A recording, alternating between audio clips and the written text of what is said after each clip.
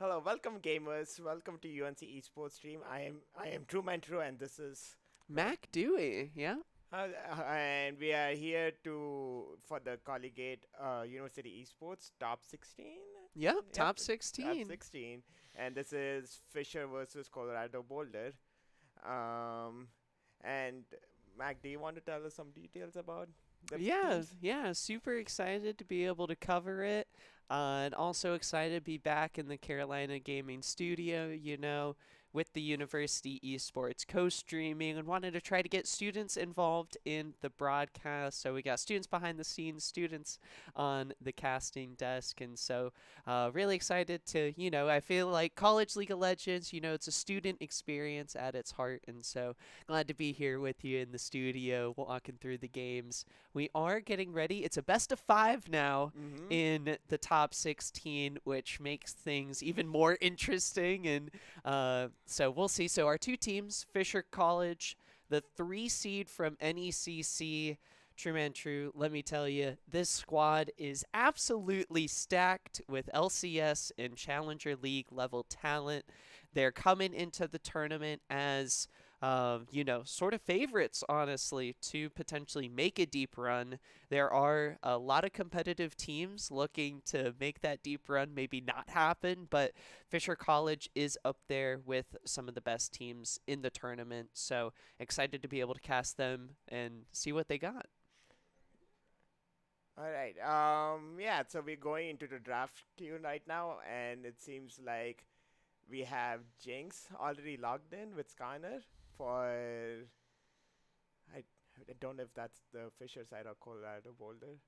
Yeah, so on the blue side, we've got Fisher College. Okay. So it's Jenkins up in the Mhm. top lane, Mhm. Keel jungle, Saranok in the mid lane, Dragon down bot with Pome, Mhm.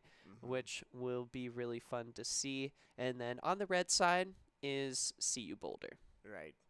And we have Senna and Karki picked right now, and waiting on the third pick. Um. So could you what are like the common picks from both the teams recently? It's been a lot of mid lane carries, and for me, the big player to watch on the side of Boulder is former LCS player Soligo in the mid lane, where I think that Corky is probably going to go. Mhm. Soligo's been having some pop off performances, and giving him a pick like the Corky makes a whole lot of sense. For the most part, on the side of Fisher, I feel like for what remains to be picked, we've got support in top lane. So that's why the Twisted Fate. I didn't know in Season 14, True Man True, that I'd be saying Twisted Fate would be a top lane ban, but here we are. AD Twisted Fate is focused on Jenkins up in that top lane. He's actually been getting hit by a whole lot of bans here. Uh The huh. Rumble, Kennen, Twisted Fate, Gnar, all going to be the focus on to Jenkins. So what he's going to pick in the top lane, what's really left? I don't really know.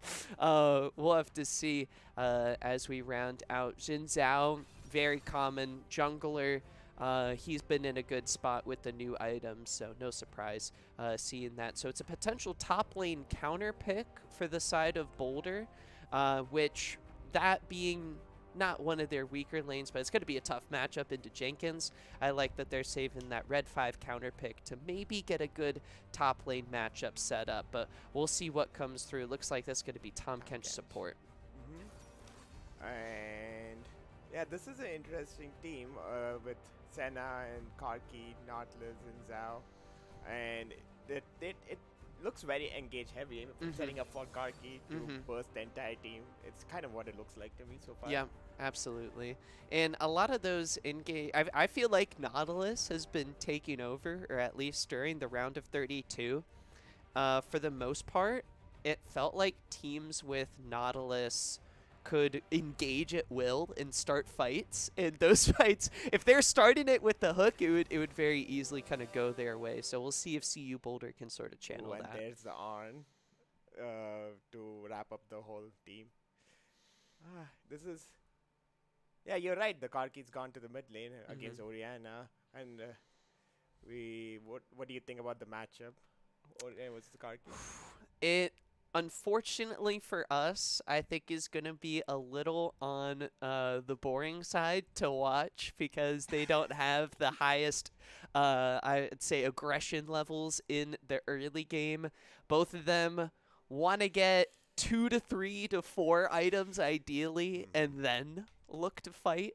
So they'll be pretty quiet in the early game, but we'll definitely have to keep our eye on them during the mid game fights if it sort of gets to that point because it is two champions, that can definitely take over team fights and have a really big effect. Oriana with her ultimate and Corki, just in essence, the champion deals a whole lot of damage in the hands of Saligo. This Colorado team is going to need him to have a really big performance on the pick if they really have any hope of taking some games off of Fisher. It'll be fun to watch those. Saligo help them upset, I believe it was the South 2 seed UT Dallas. Is Fisher College, though, True Man True, going to be the next to fall to the wrath of Saligo here in Collegiate? We'll just have to wait and find out. Yep, we'll just have to see. Although I am pretty excited for this match because I've heard a lot about Fisher Mm-hmm. and their Mm-hmm. performances, and haven't watched personally, so I'm looking forward to it Yeah. and how their gameplay is. Mm-hmm. Um, do you happen to know what their um, main strategy has been in the previous games? We'll see. I think it's mostly just hey, win game, have fun, win lane, win game, that sort of fun stuff. And overall, looking at Keel to set up bot lane ganks has been a bit of a priority. Keel obviously a fantastic jungler, and so I think especially against teams who tend to struggle in the bot lane. It's sometimes hard to respond to that pressure from the jungler, especially with a great team like Fisher. We can look at them to actually execute really high caliber plays like early bot lane dives underneath the turret that sometimes can go wrong. If you're getting hit by a few turret shots, that can be tough to deal with. And so, one of my favorite things is when we get these high level teams, they're able to get the reward off of risky plays like diving bot Right. early. Especially, I think he is playing Skarner, right? Mhm. Going deep down. It is like you're trusting your ADC and your support to follow up and Yep. like Yep. willing to take Exactly. those turret shots. I sometimes when I play Skarner too, I've been flamed at for not committing hard enough. So we'll see how that goes. And this is the new Skarner for you. Updated, completely new abilities. They put all of the seasoning of the 200 years of gameplay experience into this one. I think you'll have a really fun time watching it here on the Rift. We are actually loading into game, so no break needed. We'll just keep on talking to y'all as the players get loaded onto the Rift. So yeah, new Skarner, his ultimate can hit 3 people, but he doesn't it's not like a point and click like I'll take you immediately. He actually has to channel it for a little bit. He's got 3 little stinger tails behind him, and he like charges them up and yoinks potentially 3 people for I think an overall less amount of time. Like old Skarner, you could take someone and run them for quite a little bit of time. This Skarner ultimate, it's gonna be its effect is still suppression, so you can, I believe, QSS it to get rid of Okay. it. But it does have overall, I would say, like it can hit more people, but the duration of CC is gonna be overall less. Yeah. Mm-hmm. And all right, so the game has started, Woohoo! Let's do it. and it is Fisher versus CU Boulder, and we are excited to see the new Skylar, at least personally, and because I haven't. I want to see how cool this is now. No, yeah, absolutely. And Keel's not messing around, True Man True. I'll tell you that much. He's got Ghost, he's got Phase Rush, and we've got a fight Oh. early on. He's Oh, no way! Oh no! Well, first blood to Zinzao. Well, that was, huh? True man, true. I'm speechless as well. What was Keel doing there? He might be getting used to the new Skarner just like you as well. Well, I didn't expect that, but that might give them a bit of an advantage in the jungle. hmm I don't know if, oh, is something's gonna happen? Let's see. Ain't no way they do it twice, No, right? I don't know. I hope not. Oh, They're gonna it is. Oh, he just barely got it on the wall. That's stupid. You see that huge ass pine tree? That I think is what caught the hook. I was hoping he would maybe hit that or something crazy. And looks like. Okay, what is this? Okay, so CU Boulder. This is something true man true I've been seeing last week a little bit. Okay. CU Colorado Boulder is completely flipping the map on its head. They've sent their bot lane to the top side of the map, and but the it look, oh my flashes, gosh. Level 1 gank. And they Saligo! got the kill. Seems like they want the car key to really be behind as much as they can because of probably what they've seen before by the car keys gameplay. And we have another skirmish going on. Are they going to be able to dash onto him? They've got the vision. And this gives an advantage to Oriana, but I don't know if both the mid lanes can do a lot to, like, once they get the three item spike. Oh no, another pick. True man, true. We've got more fighting. And it seems like they're engaging, coming with the knockback, and Skarner and Zinzao flashes. Zinzao's going in again for, oh, that was A hook flash by the connects. Nautilus, and that should be the kill, unless Nautilus cannot. He do needs the one last more. hit. No, Are they going to get out? no one's killed. That is impressive. But I like this aggressive gameplay by both teams. It's certainly fun to watch. It is fun to watch here. And seems like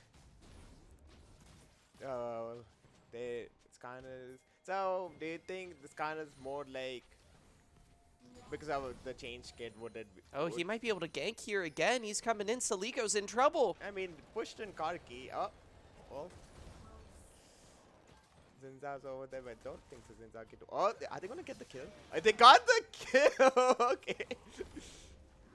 Oh, they got double kill. Oh my god, that's impressive. I did not expect that much damage. So Fisher with like 600 gold lead now approximately. Yeah, I like this. The kills going on left and right. What an absurd. We're only 4 minutes into this. This was the wildest first 4 minutes of a League of Legends game that I have seen in a very long time. Let's kind of take a deep breath after all of that madness and see where we're at. A minute per kill is what they say. It's usually, you know, we talked about this a little bit before, but this is a matchup chocked full of LCS level talent. And so a lot of times we don't see this level of aggression in the LCS, but I think this is a warm welcome for everyone to the madness of CLoL. This is the craziness of the college experience. Yeah, I agree. I think it's been a minute since I've seen such aggression, and I'm going to welcome it. But it definitely shows how many leeways there are to get early kills that can be missed, and because it can look risky at times. Yeah. Which I'm learning a lot from this, clearly. But I was asking before the matches happen. Oh, something's happening? Maybe. I don't know. I'm holding my breath. Serenok might be ganked here by the bot lane. Here we go. The tried to dodge it, but the hook connected. That's Nautilus. That's Yep. what I was talking about before. Easy hooks, easy engages, leads into easy kills, and that's actually really huge, true man true, but the action doesn't stop. Oh, and Skyner got engaged, and that should be the kill, but the rest of the team is coming. Kaki managed to escape. They are on Zinzao. Is that Zinzao? Yep. And they're going back in, and Zinzao is killed by Camille. Oh, unfortunately, the rest of the team was there for Zinzao to not pick up the kill on Karki. And now they're gonna get Scuttle. It's not Scuttle. What am I saying? Forgot the name. Oh my gosh, Jinx, meanwhile, is already level 6, trying to rocket up. This is like True man true, this is crazy. The Jinx on Fisher is the highest level in the game right now. The ADC, the highest level in the game? I mean, What is going on? I mean, the Jinx on 53 farm already. Yep. But the rest Yep. of the team, so definitely focus. And to me, it's interesting that I don't think so. Jinx had the support for like most of the game. We see gold. And looking at top lane, they're getting the first plating. And Yeah, this has been wild, man. Taking a quick look at the Goldie, but there's more fighting. We can't even talk about the Goldie because these teams just don't know when to quit. Hawker's going to be in with the trouble. flash. He's going to be able to get Oh, they away with missed. that summoner spell. That's huge. Huge flash. Yeah, wow. And another turret plate, though, going over to the Jinx Jinx. is getting the first turret. Wait, what? That's and like 6 minutes, 7 minutes in, huh? I've never seen that before. Oh wow, okay. But some of the kills are even now, but there is a find a goal lead on Fisher right now, and I get keep stopping by the question I wanted to ask. So for Skarner, is the gameplay in the jungle pathing different now from its toolkit, or is it still the same? So there's none of those weird pillars on the map anymore. They decided to take that out and give him a whole lot of bunch of fun utility. So you've seen it a little bit before. He can actually use one of his abilities to like charge through walls. Yeah, I noticed that. Yeah. Huh? Exactly. It's crazy. And so he can catch a lot of people off guard and go for a lot of interesting terrain angles, which makes it kind of tricky to play against him, but fun to like watch and see how creative Keel can be, which I think he's been pretty creative overall through this early game. We see actually now though CU Black picking up this dragon. Keel did get level 6. He went down to the bot lane to secure that level, but not gonna make an impact here. Colorado, despite being down in gold, they do have to worry about Dragon on the Jinx, but they've gotten all the neutral objectives so far. Oh, and Jinx got the blue turret solo. There's the ultimate. And that should be the kill. Oh, unless. Hawker's got the Crescent Guard. He's trying to survive. Yep, that. Oh, is Oriana gonna get the kills? Oh wow, Oriana's melting Karki somehow. Damage. I didn't expect levels. Oh, and the Oh! kill! And that is ADC picking up the kill. By being aware, map awareness. That's nice. It's a better map awareness than us. We didn't see that one coming. And Karki teleporting mid back. He's going to try. Saligo a little bit behind to start the game, trying to catch back up in CS. Fisher, despite being down, Henry, can we take a quick look at the scoreboard once again? Jinx has ballooned up in gold, up to 4,600 after getting the kill, after getting the first turret solo gold. Level 8, the same as the mid laner, and just about 2 levels up on everybody on Colorado. Dragon is taking sole command of this game, and didn't really need to do a whole lot to do so. We didn't talk about it early on just because of all the action that we've seen so far, but Colorado placed such a heavy focus on the top side of the map that they left Dragon alone on this Jinx. He hasn't had to worry about too many things, but even though Fisher haven't invested into the bot lane. Dragon did awesome, staying safe, farming up the right way. Colorado here, they're gonna try to get all the Void Grubs, but look, Keel on this Skarner. We talked about creative angles. He's got a great flank here that he might be able to take advantage of. Here we go.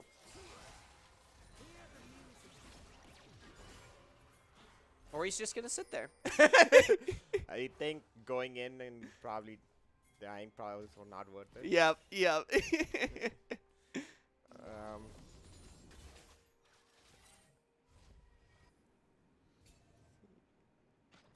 So we get a bit of a pause. Colorado, I think they sensed something was wrong. They didn't know where Keel was. right. He was sitting on a pink ward, so he knew he wasn't in vision. But I think Colorado, with the map awareness, kind of Man, assumed. that damage is insane on Oh wow, Orianna. he avoided the shockwave there. That's huge for Saligo. But yeah, Keel I think didn't feel that. Colorado had a lot of numbers there to try to secure all of the Void Grubs. Keel's gonna go back now and get just one, a little consolation prize for the team. Right. Not gonna impact things too much. But the bot laners are now on the bottom side of the map. Dragon on this Jinx. True man, true. He wants to keep on getting turret gold. I mean, I wouldn't blame them because if they're leaving the Jinx to do the farming and getting all the, I mean, that Jinx will carry.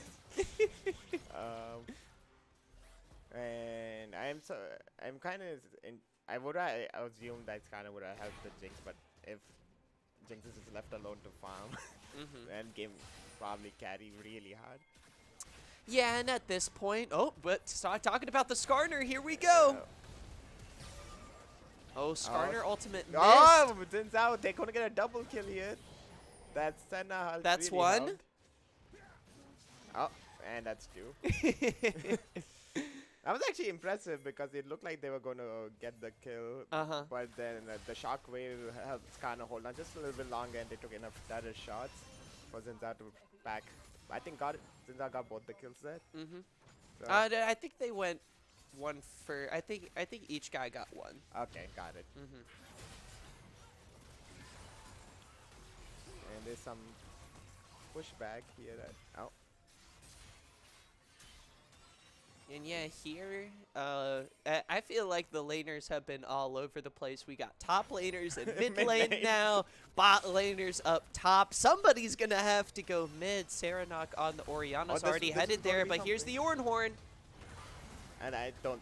Oh, flash and ulted. Jenkins had a great dodge there using the Camille ultimate. Actually makes you invulnerable. I think it's like a Fizz E almost. Untargetable, by the way. Right.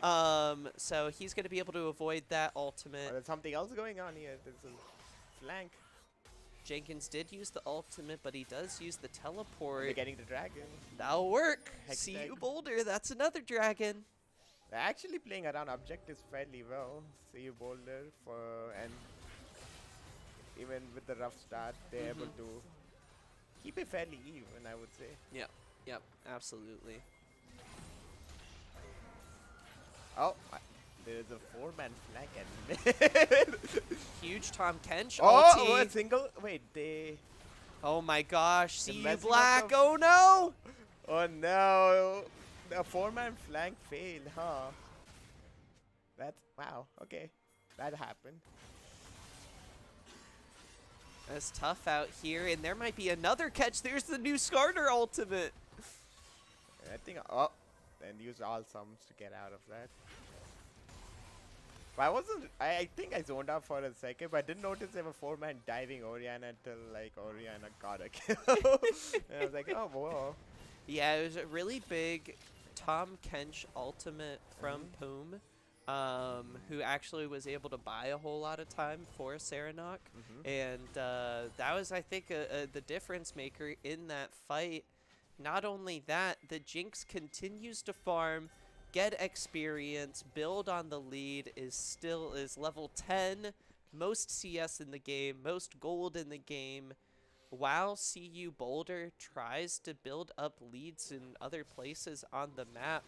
Fisher continue to let their stud ADC get more farm, build up resources, and it's going to be tough. Tyler takes the hook, but he might be caught here. And that should hold on. Yeah. The Senna ult really helps. That extra shield. And Nautilus hooks. You'll just take it out of there. He's not going to get caught I too really do. long. I do. I prefer Nautilus for if I ever play ADC as well because it's so engaging with the slow and engage. Yeah. And then if like, oh yeah, I want to just leave, so bye.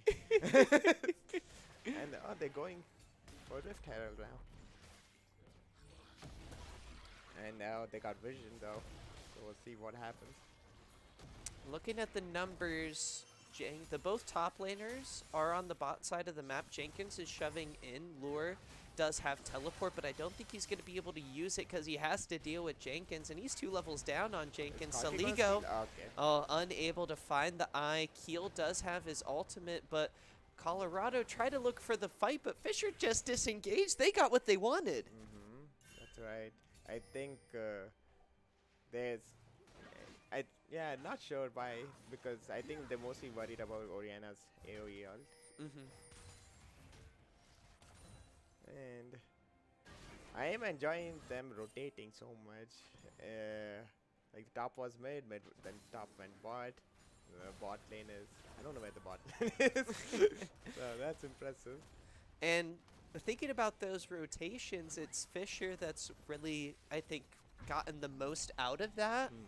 We see they've gotten 2 outer turrets, and all of that gold has gone to the Jinx. So it feels like for me so far, even though Colorado started off going crazy in the topside jungle, Keel I think may have died. It feels like a blur. This game has been absolutely absurd. The early game feels so long ago, but at the end of the day, Fisher, I think, adapted well to the early game shenanigans, and they've got a Jinx with 2 items. They're ready to go for this next fight. Right. Yeah, we're reaching the 18-minute mark, so we're well into the mid game now. And Jinx have 170 farm. That's with the 200 gold bounty. I would say that would hurt. But I think they would probably try to make something happen with Rift Herald. And unless they don't get the turret, and nothing happens. Yeah, Rift, you know, that's okay. It does a whole lot of damage to the mid lane turret. We've got Dragon coming up in 30 seconds. Both mid laners on the top side of the map with teleport. Keel, though, looks like he wants to go in. Hawker The ult is used. may be able to get onto the Jinx. Dragon's low, but didn't use any summoner spells. Yeah, I think Jin Zhao was waiting on the rest on to come, but started a little early. But here the skirmish is happening on with the ult, and Jin Zhao trying to get the kill on Skarner, and now with the ult to save. But I think they get this kill on Skarner. Nope. Oh, they flashed and obliterated. Oh, a Oriana huge with the shockwave! And Boom! That's double kill on Jinx. Wow, right place, right time for Serenake. Yeah, but I think Oriana waiting on just everyone focusing on Jin Zhao, pulling them off guard to get the ult was, and they're gonna look for more. Oh, the Hextech ultimatum! And that should be Dragon's still safe. I think that's ace. Oh, unless they get a kill. Oh my God, that attack speed on Jinx. Oh, a huge shield. Is he gonna stay alive? Oh, Maybe? the flash! Oh, no way! that flash was on clutch. Oh, wow. Waiting on 1 HP. Wow, wow, wow. Dragon takes over the fight. Serenok does a whole lot of damage, and Fisher College, they end up extending the gold lead to 5,000. Yep, and now the Jinx is now on 4 kills. And that should be a 3-item spike for Jinx. Yeah. Wow. What a series of fights there. Colorado Black so close to coming up with a few of those, but shout out Dragon, who had awesome positioning on the Jinx. and they're going to look for more. Saligo gets caught out. And barely surviving. It seems like they're gonna get the Cloud Dragon here now. Uh, yep, this should be easy Cloud Dragon for Fisher. Oh, and missed the ult. That was for the wave clear. Ah, okay. That makes sense. That makes a lot more sense. I was like, why would you alter not full HP? Oh, but they're going in for something. So much damage on the Orianna. He might not even need to ult the Nautilus to kill him. Fisher has so much control, but here's the like engaging right now.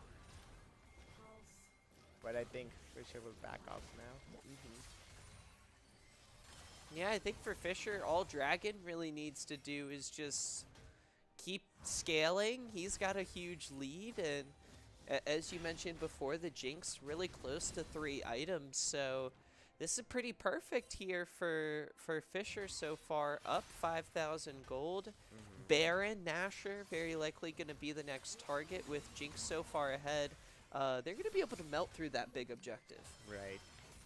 And it all came down to with like the catch-offs with the flanks and just getting that early game lead on Jinx.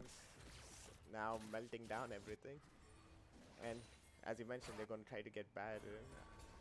Yeah, level 13 Jinx. Keel does not have the ultimate, but he's got a lot of damage. Kaki's going to die here.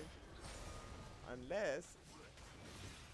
Saligo trying to fight back. We've got the cavalry coming in. Reinforcements are here, true man. Yep, that's the kill on Swami. Maybe? Oh, that was the ult. Almost missed the car key. Jinx ult. And is that the kill on Ori? I missed the Q. But I don't think so. They're gonna go in because that. Oh! Almost killed the Zinzao. Wow. So what ends up happening here? I don't think anyone dies. No one dies. Yep. And we're just fighting for fun. It's a reset. That's good. Because I think they didn't want. Folder didn't want Fisher to get the dragon. Sorry, the Baron.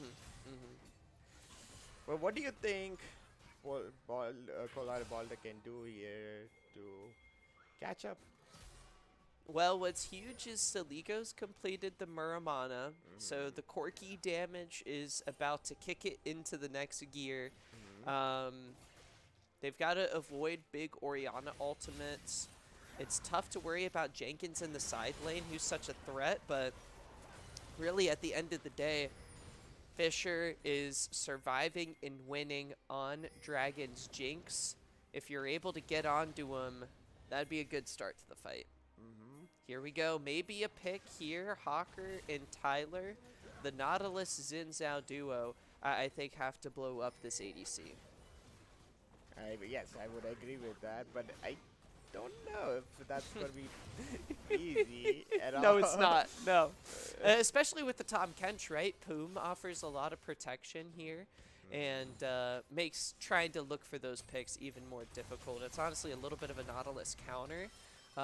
So makes it interesting. Well, Lore doing so much damage, yeah, Jenkins. I think that's. I'm surprised. That was very close than I thought. Well, they're trying to get vision on Baron.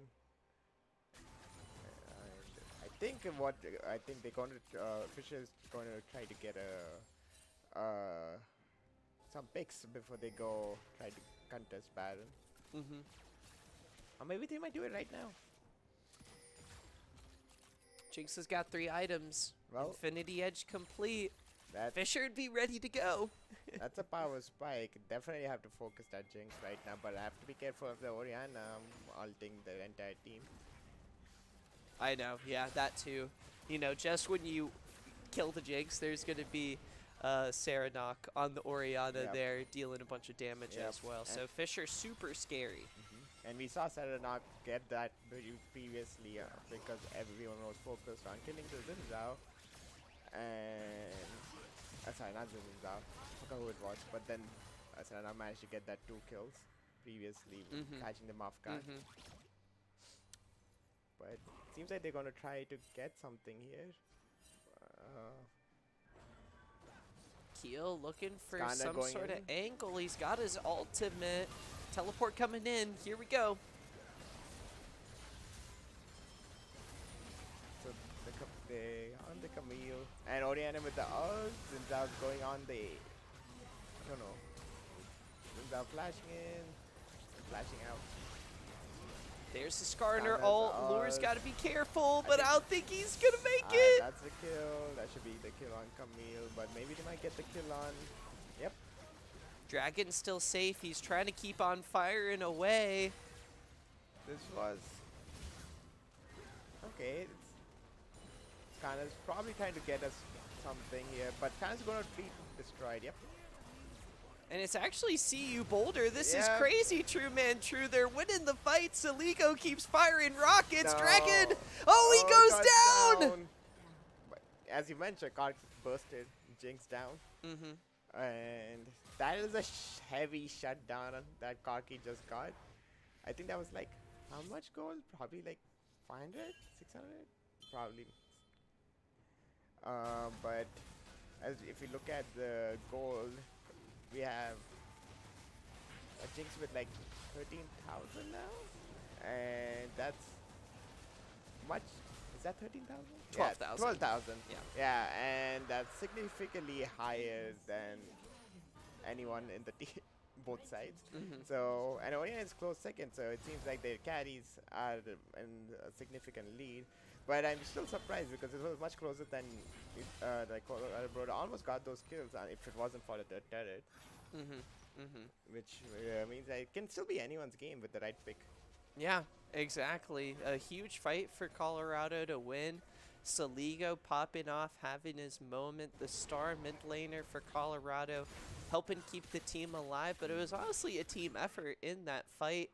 Really well played. This Senna Nautilus duo has been interesting to watch. Tyler unfortunately got burnt out early on in the fight, but Heliosia is having an awesome game on the Senna, I think, being really impactful, keeping the team alive. The Senna ultimates have been great. The healing's been there, but here we go, True Man. It's time for Baron Nashor. And this battle would make it really difficult for Boulder to get. So let's see Hawker? what they do. Can he? Oh! Well, and I think with the Baron, the whole team might be wiped out, and Colorado Boulder, and it seems like it. And that does not look good. Oh, wow. Perfect team fight That's an execution ace. from Fisher. True Man, this is why the team is held in such regard. They balloon up the gold lead all the way to 9,000 now, and this is going to be a huge Baron power play. They've cracked open the base. I think they end the game now. Maybe. Death timers are pretty short. Hawker's going to be back up in about 12 seconds here.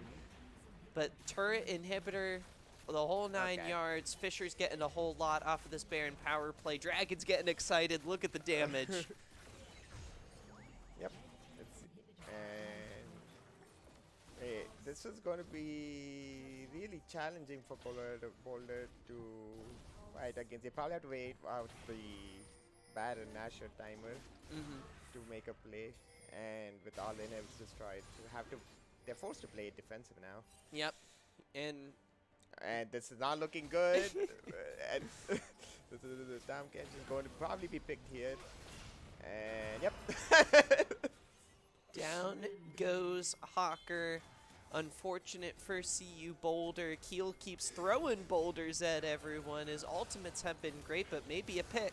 Trying to get Skana. I don't know if this is the best idea, but there's no one else there. And Jinx is trying. Oh my god, that damage on Jinx. And Jinx with a kill. Jinx with a double kill.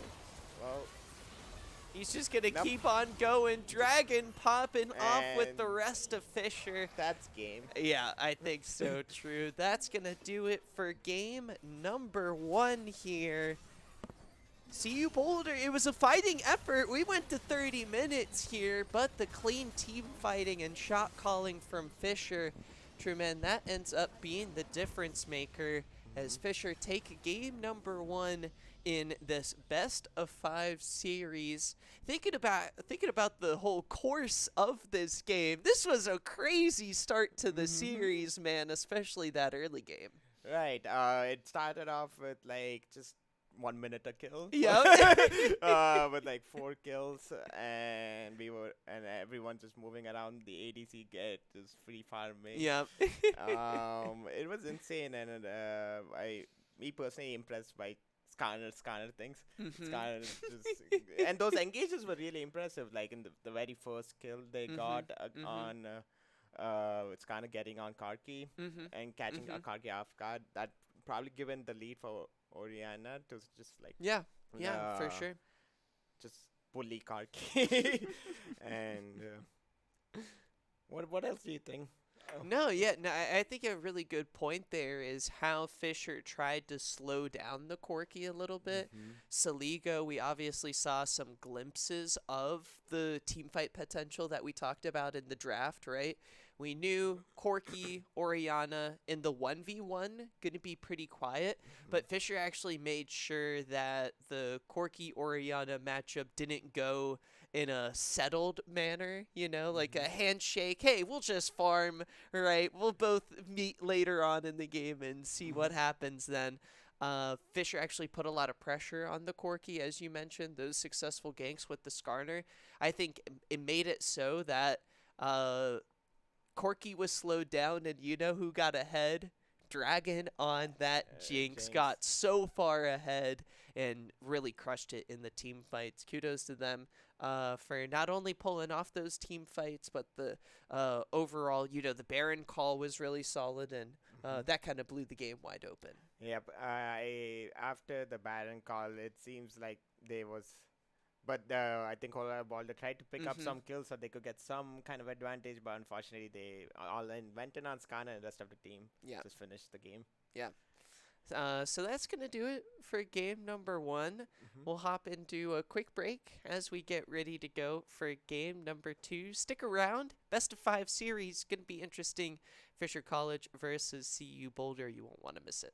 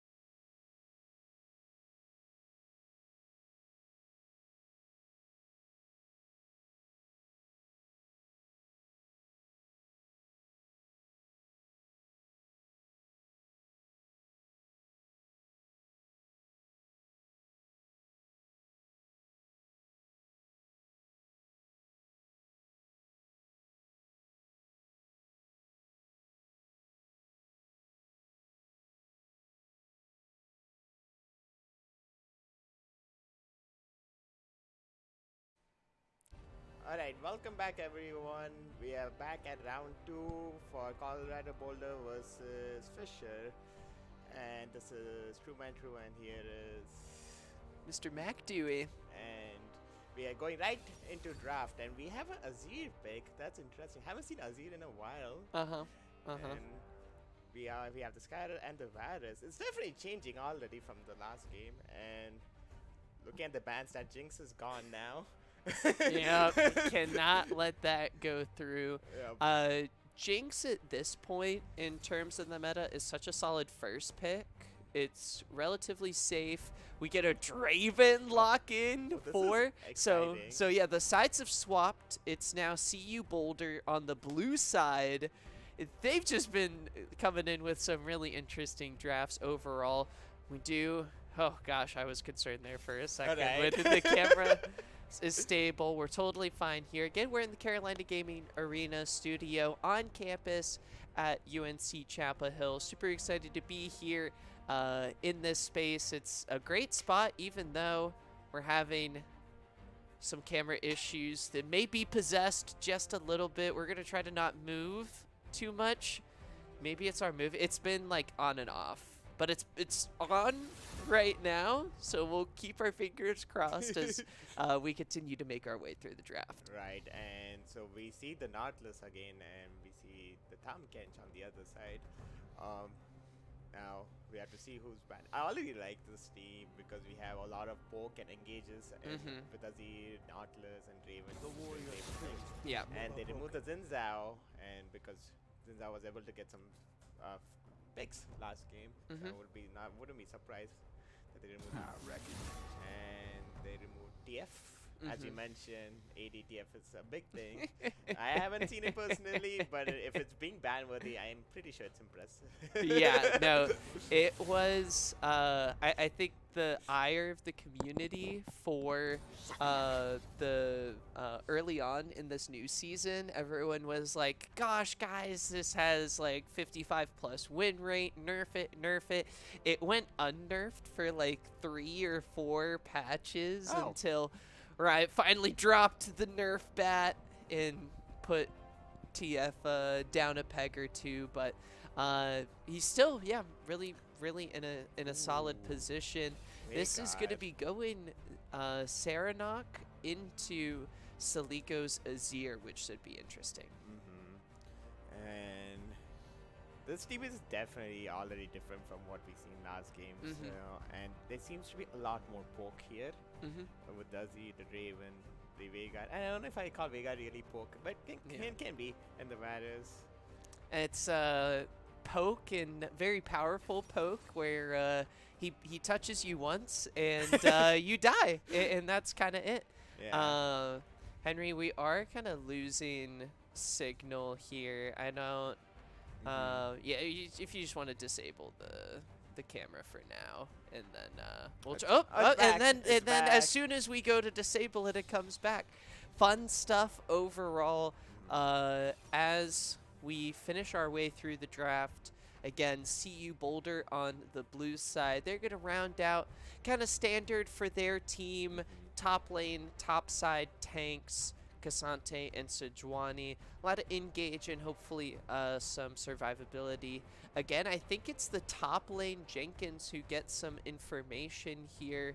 Looks at the entire composition, and you know what? Camille is great into tanks. Yeah. No problem at all. Jenkins, I think, had a really good game on it in game number 1. Right. And so it seems like we're going to see a lot of volatile gameplay here. I mean, we saw it actually last game too, so I'm not too surprised if it becomes more volatile here.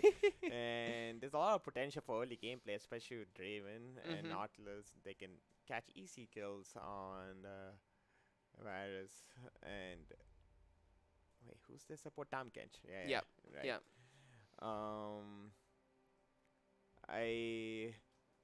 I wonder. I'm seeing how the how the scanner is going to because I feel like it might be a little hard for scanner to get some engages this time around, but I might be wrong with like a lot of those escape abilities that all the champions have on the other team. Yeah, no, I think that's actually a good point. Mm-hmm. Draven has the E knockback, Mm-hmm. so um, I think depending on where exactly, it's tough out here. Go, and now it's back. Mm-hmm. Welcome to production. We're giving the students the full experience. Things go wrong. We're going to roll with the punches and keep on working through it. True man, true though. As you mentioned before, it might be a little tricky.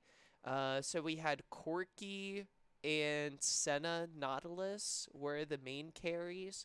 Not a lot of issue for Skarner, but with Azir, he has the Emperor's Divide, can push Skarner way back. Don't Right. touch me, sir. Go away, please. I want a DPS far away from you. Mm-hmm. The Draven has a lot of move speed and has actually the E. Right. So I wonder if I haven't seen Draven versus Skarner. Again, new Skarner. A lot of I would say different interactions now, Mm-hmm. with the changes. I'm imagining, his terrain charge Yep. where he goes through the wall. I think Draven E might be able to knock him out of it. Hmm. Maybe depend. We might see some weirdness there, Yeah. depending on how exactly the game unfolds, which makes things I think really interesting for us to watch and Mm-hmm. makes me really excited to see how it's gonna go.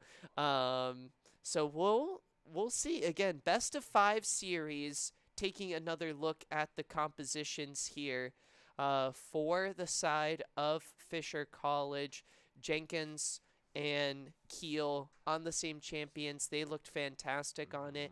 Mm-hmm. And True Man True, I think the most important pick here in the draft is actually Poom getting the Tom Kench again Right. to counter the potential engage. It's great into Nautilus, great into Sejuani, and I think it honestly makes CU Boulder's job really, really difficult. Mm-hmm. It's back.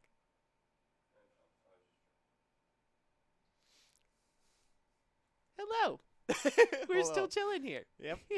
Uh, all right. We're gonna take a quick break to figure out what's why our camera is being not helpful. We'll be right back.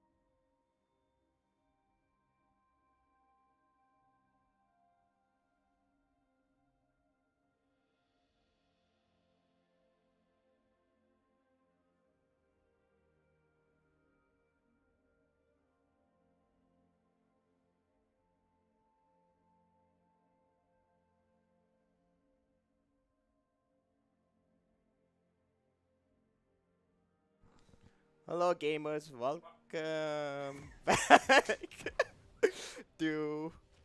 Hey! Hey! Alright, it's Woo! working now. Alright, gamers, welcome back to game 2, Colorado Boulder versus Fisher. And we're going right into it. And if it's anything like last time, we might see some gameplay. very soon. Get some kills. Exactly true, man. What you're talking about. Colorado went for an extremely aggressive early invade, and once again, they're stacking 5 members. They're trying to sneak. Jenkins might not know what's up. Heliosa may flash over the wall for this hook. What's going to happen? Jenkins smells trouble. He's just going to run for the hills. He doesn't want any of this trade, but no vision has been placed down. I don't know if he knows the death squad is here and they're closing in. Oh no, definitely. Oh, they're definitely baiting. Yeah, because. Oh gosh. But I don't think they're going to definitely be very careful this time. I think it's been spotted now. Yeah, but they got the vision on the enemy jungle side. Could be useful. Got that proc, that stack on Vega. Boom. It's gonna Early game 1 for Fisher. He's got the stack. They got the advantage. Yep. They're gonna try to get red. Oh, another lane swap. Shout out our behind the scenes production called it. And oh no. Probably have to flash. Oh, you're dead. And that is kill on the Cassante. Sorry, on the Camille. And Cassante. No, Cassante. Yeah. No, I'm okay. Okay. You got it. Yep.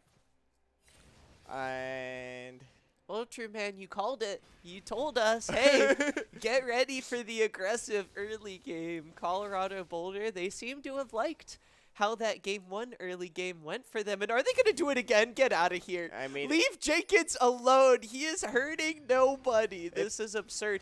But again, they're leaving Dragon all alone in the bot lane, but they're just going to keep on bullying Jenkins. I'm assuming there's strategy here, which I mean I haven't figured it out because the bot lane is free, so who knows? And it might be a slow mid lane again, really, because I don't expect anyone to do anything until like 6. This is something. They're 4 top lane. And 4 and 3. I on Fisher's think. side. Where did Cassante go? Oh, he didn't get to recall. We'll have to look at the top lane CS. Oh my gosh. Jenkins wins out on this so much better. Lure did not get any of the bot lane minion wave. Jenkins teleported in. He's level 2. Lure is level 1. And the no. Cassante is just so down bad. Oh, yep, that makes sense. But, they still haven't. Yeah, I'm right. Yeah, I wonder why they're letting this be the case. They signed up for this. Pume's up in the top side. He's gonna maybe look for a play, or at least keep Jenkins safe in the. He didn't want it to be a 2v1. He wanted to help out his teammate. You know, keep it fair. And that's a really good flash by Azir. And that was very An LCS level flash. That's Connor's interaction was very interesting. It went like zigzag. Yep. It's mad. He's Tokyo drifting out here. Tokyo drifting, yes. That's accurate. And this is just free push for the Varus. I'm just poking Cassante. Yep, again in this one, the map being divided, some vertical jungling, as we like to call it. Keel staying on the bottom side of the map, invading, getting some buffs. Hawker spent the first few minutes of the game completely in Keel's jungle, so he's finally getting back on to his side. And I mean, again, what's big here is even though Jenkins is kind of down, Lure actually level 4 Jenkins. The experience between these two might actually even out because Jenkins is actually sharing experience. But look at the CS difference. The Camille is going to have an easy time 1v1ing Lure later on in the side lane, which is what we saw last game. Lure's got 8 CS. It's 5 minutes into the game. He's not having the best time. And going. and to no fault of his own. You know, Right, that's just how definitely. the early game goes, and you know he doesn't want to get poked out by the Varus, and Right. it's a tough position to be in. I actually. Oh, is there? Oh, I almost thought the E connected on Vega. But I was gonna ask if I haven't seen a lot of Casante gameplay, but that's to my fault of my own. What does Casante brings to this matchup against Camille? 200 years gameplay experience and game design. That's he does have potentially like okay, the true damage of Camille's really good into it because it gets past his resistances that he builds up. Mm-hmm. Um, what does Cassante bring to the table? All right, so it's not. It's a I don't. I'm common not thing. excited about it. He's. I don't think it's like a true counter matchup. Got it. He has his W to be unstoppable, and so he can maybe avoid common trade patterns that Camille's look for. Oh, but and we here's see the an all down ultimate virus. again. Dragon got a lot of damage. And but I think Draven's gonna get okay. No. That Draven damage came in clutch. They probably did not expect that much damage. But there's Sejuani coming from. But it's warded. And Skarner's behind. It might be. Oh my Sante's god. melting. That was wild. That's a really funny interaction. The Camille hook shot can be used to avoid the Cassante third Q. What I was thinking is actually if ever Camille wants to hook shot onto the Cassante, he can put up his Captain America shield and maybe just dash away and avoid actually getting stunned. Okay. But even that at this point in the game's a little tough. We actually look at the map. Camille is heading down bot. Mhm. Dragon was picked up by CU Boulder as we get a little bit of a less bloody early game between these Alright. two teams. They've gotten a little bit calmer here in game number 2, even though it hasn't been for a lack of effort, right? The teams have been skirmishing a whole lot. Right. I think both teams have realized to respect their boundaries a little bit more. That's for sure. But I would assume. Oh, what's happening top side?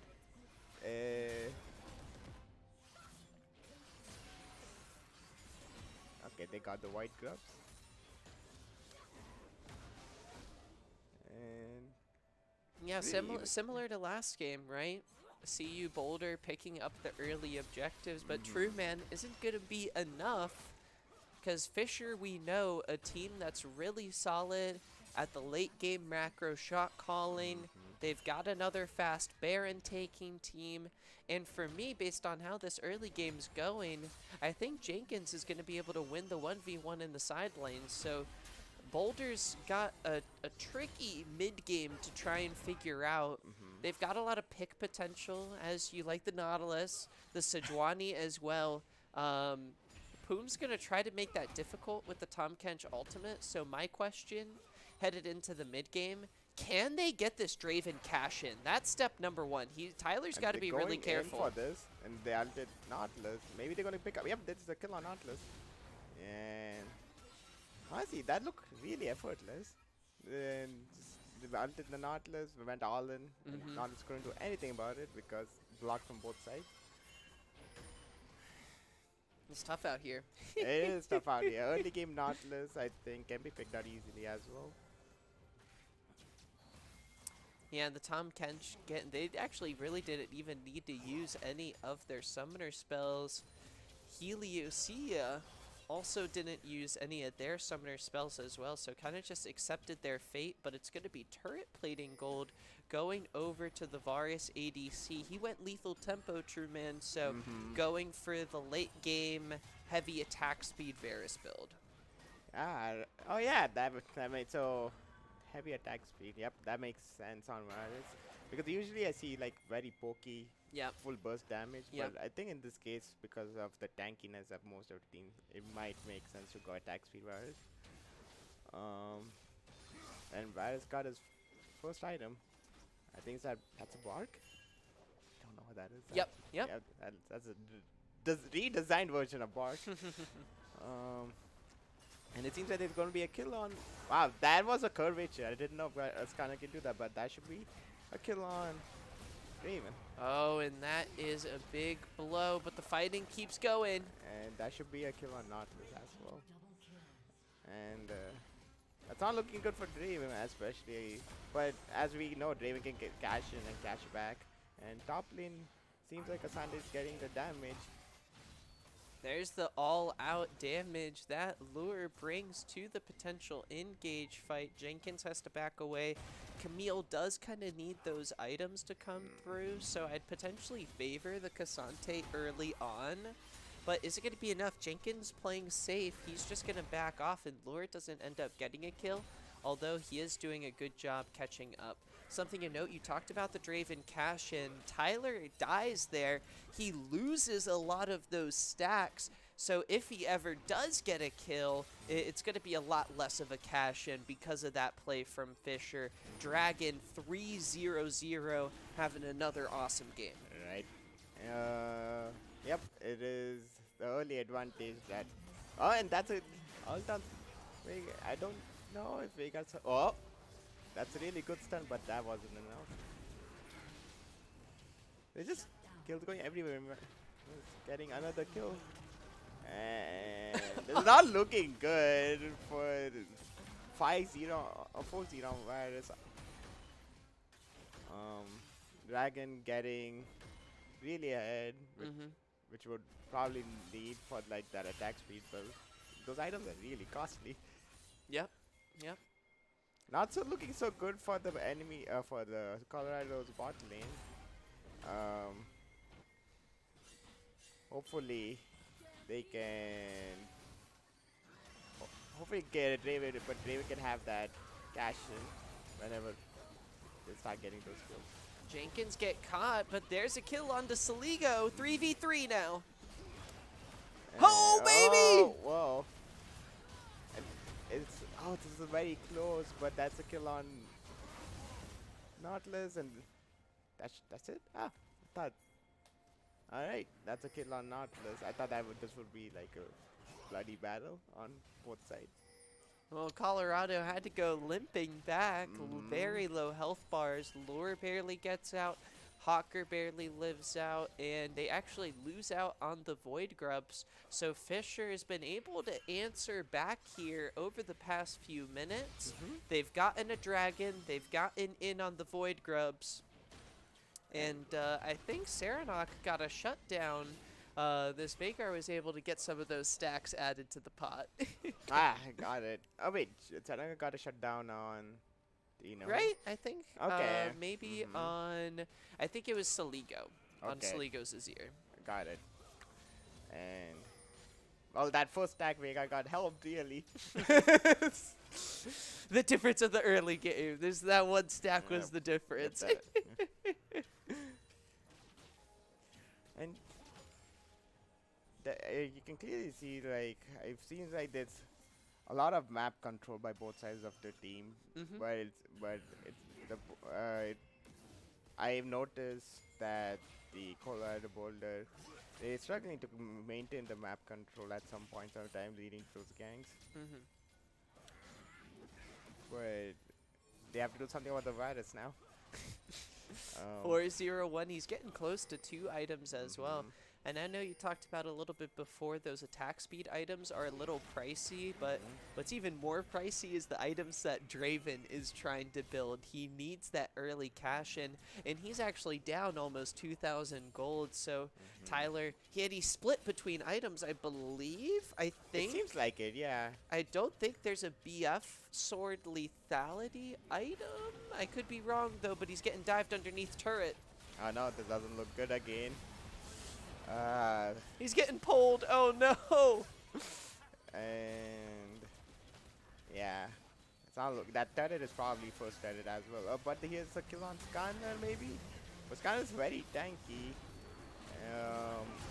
And that's a kill. Dragon's safe. He's gonna keep firing away. And Cassante's killed. But I think Varus gets all the kills because no one's focusing. Yep. 7-0-1, true man. Dragon is having himself a series. They keep leaving him alone. Yep. 15 minutes in, 7-0. Where is the? Yeah. Yikes. Definitely not looking good for Koala Boulder, but you never know. You can always pick off the ADC. Their strategy now has to be focusing on getting that ADC, but it's definitely not that easy with that Tom Kench around. Exactly. Virus. Yeah, it honestly feels like Fisher didn't have to change too much about their game plan. They ban away the Jinx. They end up securing the Varus in the draft, and I don't think Fisher could have asked for a better game 2 here. They're up more than at this point they were last game, so it feels like they're starting to improve in this series, taking fights, getting really solid advantages, and Jenkins is just going to look for the fight.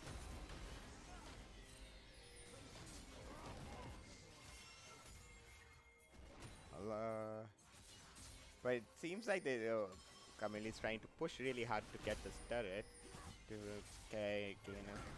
maybe get more roaming potential eventually. But Cassante not letting that happen. I saw on the bot side of the map, it looked like they were thinking about ganking Serenok on the Vigar, but they eventually back off. They don't pull the trigger on the engage, and he's left to continue CSing. And look at Keel. I feel like they're trying to get Draven once again.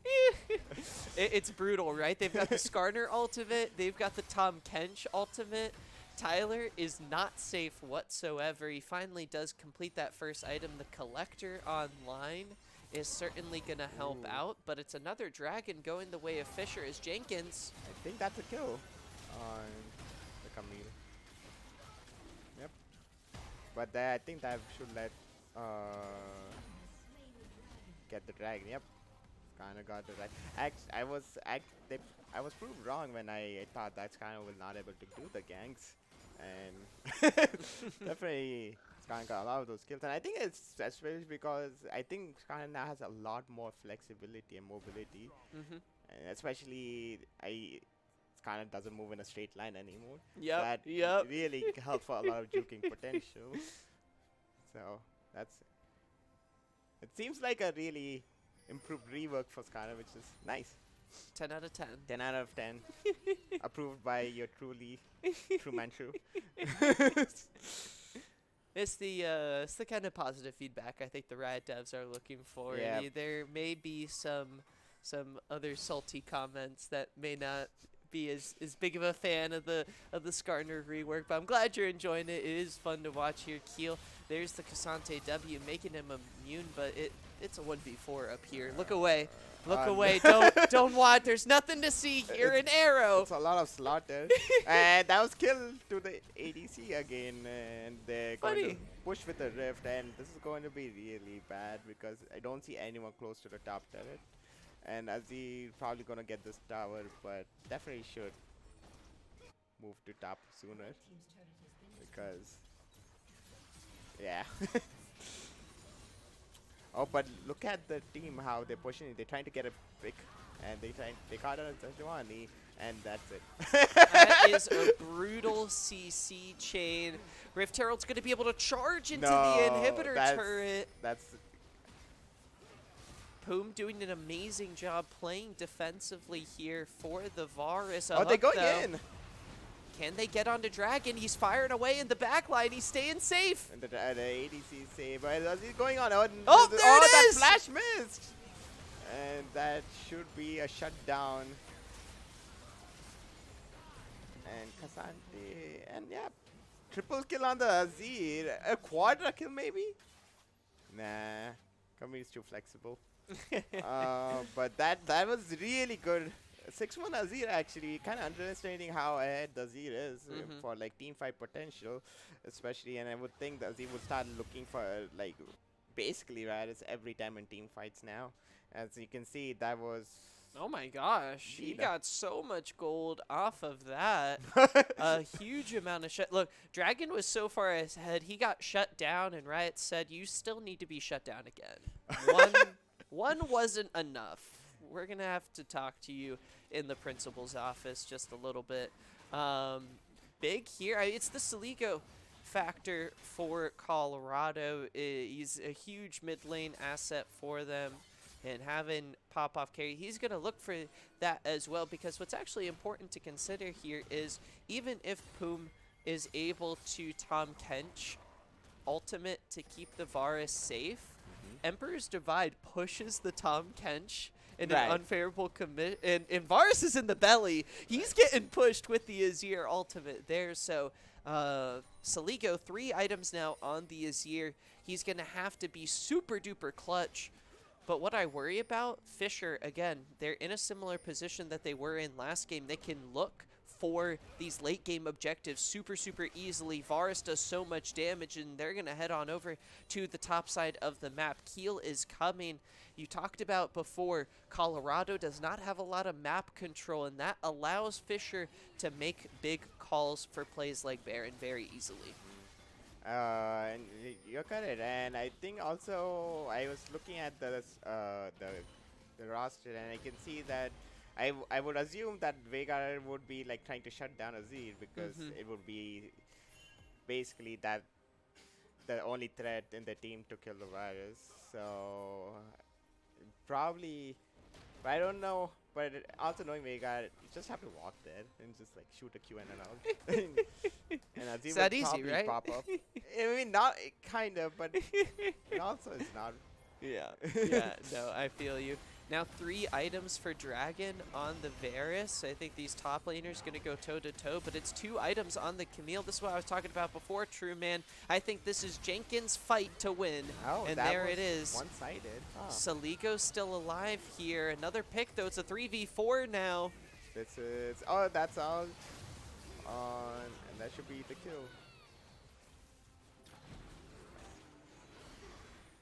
And they're trying to focus the Azir, but oh, that was, and he killed.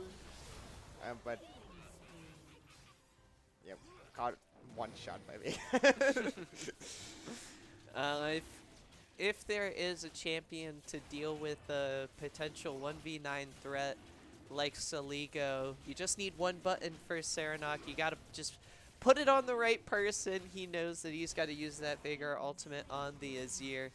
Put Saligo in a tough position. Fisher extending the gold lead to 6,000 now as we hit the 23-minute mark. Jenkins dealing a whole lot of damage to this turret. I don't think Lure can do anything. There's 700 gold into the Camille's pocket. Jenkins is going to have a huge back and reset here as he's going to get close to his 3rd item here.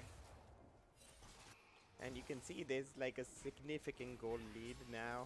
It's like, that is like 7k gold lead between the teams, which is immense. But it doesn't seem to be that the game is that far away. It seems more closer than the goal makes it seem like. And potentially because everyone can put one shot each other if they're placed correctly. So it really depends on the positioning and who can catch who. And we see some pushback here with Draven, and that basically half Tam Kench's health. And he engaged Nautilus with the ult on the Tam Kench. They're going in, Whereas ulting, and it's kind of pulling 3 people into Veigar's ult. But, and yep. What a play by Poom to use the Tom Kench ultimate with the Skarner. Lure is caught, and I don't think there's anything Colorado can do. They're going to try to, oh my gosh, Poom's playing out of his mind! Risky. But it's so close. What a play. The Tom Kench plus the Skarner combo, dude. Holy smokes, that was really wild. Yep. Oh, would they kill? Oh, they're going for Baron. It's kind of aggressive, but I don't think anyone can contest this except Azir. It's 2v5 to try to save the day. Poom looking for another knockup. Isn't going to get it. Baron secured. Sacrificed himself for the Baron. And oh, the smite. They could potentially do this. They're not on good health. By Colorado Boulder.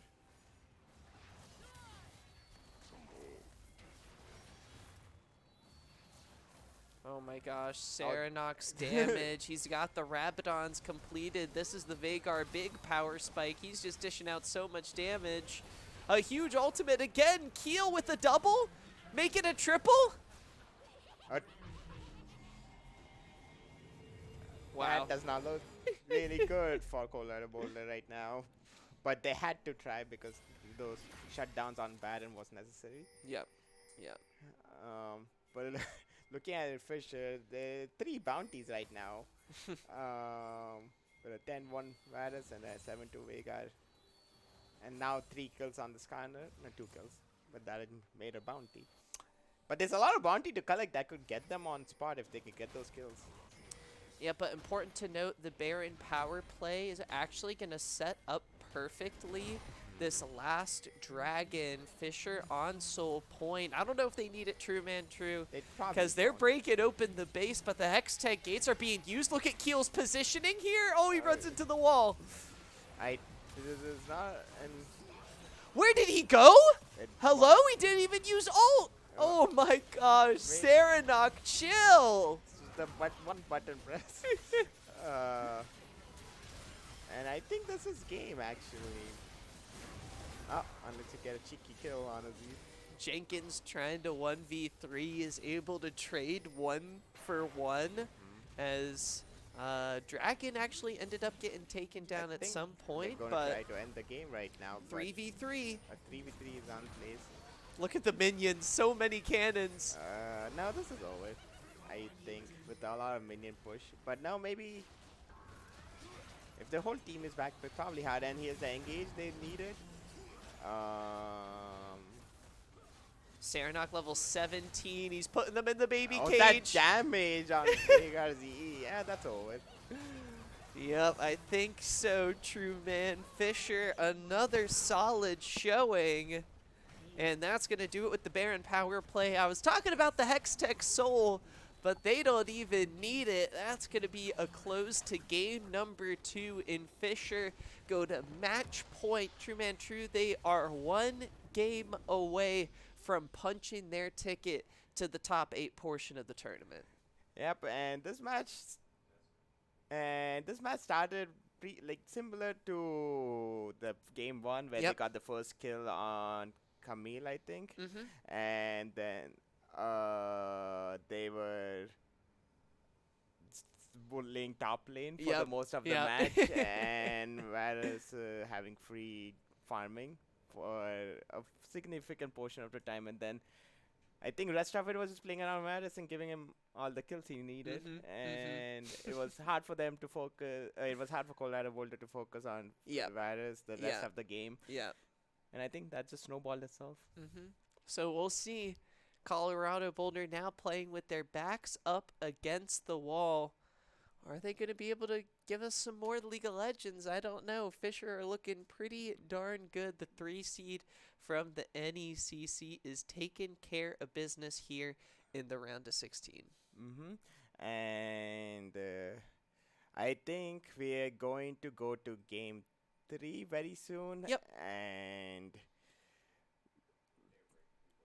And we'll be right back. So stay tuned and wait for game 3 of Colorado Boulder versus Fisher.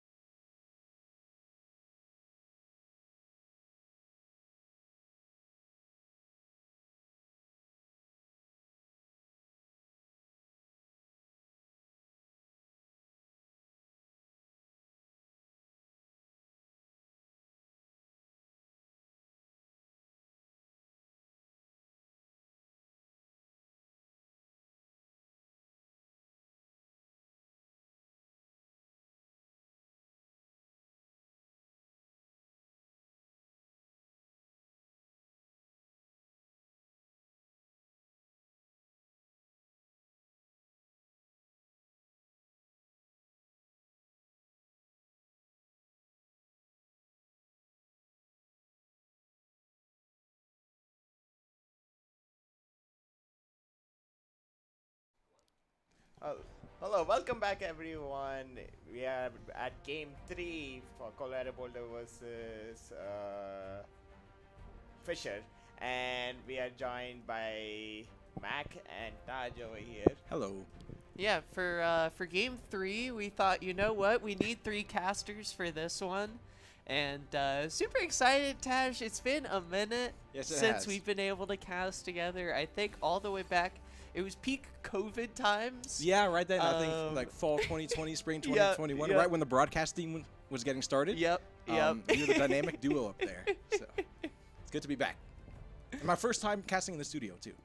So how's it feel from going from our rooms during the pandemic to now here in the studio, back in person, being able to come here? It's and do it? amazing. You know, it's not just it's just the atmosphere of it. You know, Yeah.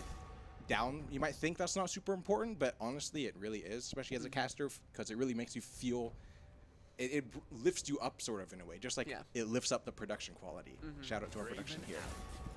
Even though despite our camera Yeah. malfunction, we're going to air out the computer a little bit. We'll get it working. And to focus a little bit on Game 3, we see CU Boulder have gone back to blue side. Jinx and Varus got banned away. So I think that opens up things in the bot lane a little bit. And we actually made it through the first phase of picks without an ADC being locked in. So the pool might be narrowed down even more, and I don't know if we'll see another lane swap in this one, given all these ADC bans. Goodness, I hope not. You know, lane swapping has been prevalent now, especially if you guys have been watching MSI, which is going on. Be sure to tune into that. Lane swapping is certainly a popular choice now. You've seen it these past 2 games, and it has been Fisher really getting the better of it every time. Dragon free farming, getting fed on those ADCs with no answer from the side of Colorado Boulder. Twisted Fate got through. Twisted Fate got through. Most likely yeah. go into top lane because we see the Senna Lux locked in for the bot. Now, here's a throwback if any of y'all watched back when I was broadcasting. Where's my front line for the side of that's Fisher on red side now, correct? Yep. Yeah, Fisher on red side. No front line yet. Granted, we have the Rek'Sai. This could probably be a Well, tanky Twisted Rek'Sai. Fate mid, Rek'Sai top? Maybe. Because Rek'Sai did have a streak in the top lane. Yeah. Broken Blade over in the LEC making that popular. But we'll have to see how they want to round it out with this last Yeah. pick. Is it not the top lane ADTF that people be talking? Oh, Okay, so I got it. Senna Calista bot, Lux mid, Twisted Fate top, Rek'Sai jungle. I was just gonna ask that. Is it not the Twisted Fate top lane that people were talking about all this time? Well, true, man, you finally get to see it. This There is you go. we're gonna see why it was banned. I think Yep. hot, not a hot take. It's pretty good, but yeah. So it's kind of similar to what items the Varus built last game.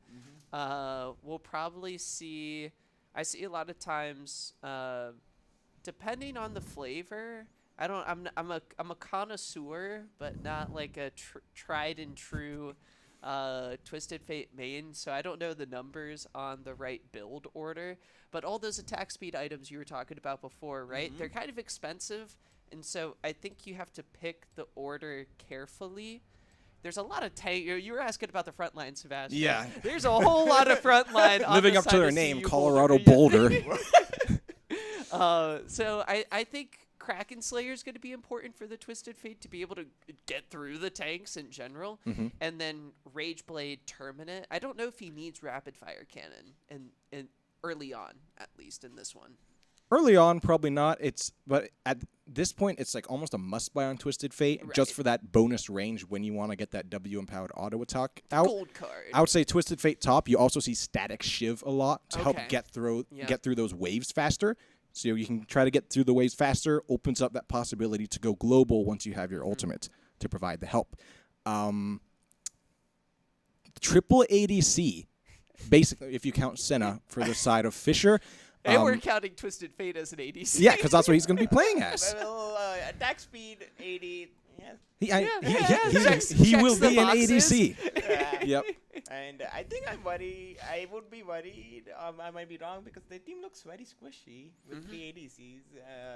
But we'll see how it goes. Yep. I mean, really, the only backline threat. We have some good engage on the side of Colorado Boulder. We have the Ornn. We have the Skarner. They have a Nami as their support, so really more focusing on empowering, protecting that ADC. Azir in the mid lane is really the only sort of trouble that Fisher might have going for the backline to try to capitalize on those more squishy champions. Yeah. So we'll have to see. We did see good Azir play from Saligo last game. We'll see if Boulder can replicate that here. But really, it's, my thing is eyes on the bot lane. They cannot afford to let Dragon get ahead and just run the game again. Yeah. Right. And hopefully not let the free farming that happened in these 2 games. No lane swaps. No lane swaps. Please. I would like to see early kills again. Those are fun to watch. But hopefully they don't bully top lane again. Probably. Yeah. Yeah. Jenkins, even though he's been getting put down initially, there's been some slight I'm on my cyberbullying watch for the kind of treatment that he's been getting. He's just trying to go through the jungle to his lane, and there's like 4 people topside. He's like, what is going on? Even though Jenkins has been getting put down early on, later on, he's still winning the 1v1s in the side lanes, right? Yep. Which is crazy to me. I think him being on last game, which is where we really saw that, he started like 0-2-2 or something like that. He was on the Camille, which is really that side lane pressure, and then going to the Cassante, we saw that true damage coming through. Lure could not match in the side lane. If he was on more of like a front to back team play sort of top laner, then I think we really would have seen an issue with him falling behind. But on a champion like the Camille, especially when you have Lure technically ahead, but not really getting ahead, getting that lead for himself, we then see the result of Lure not being able to capitalize on that lead in those later game side lanes. Yeah. Yep. Let's hop to it. Game number No break, 3. hey! All right. For match point for Fisher. Yep. And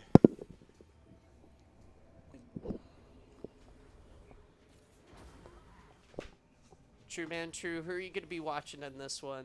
Who's been exciting for you this series, my guy? honestly, I'm enjoying top lane.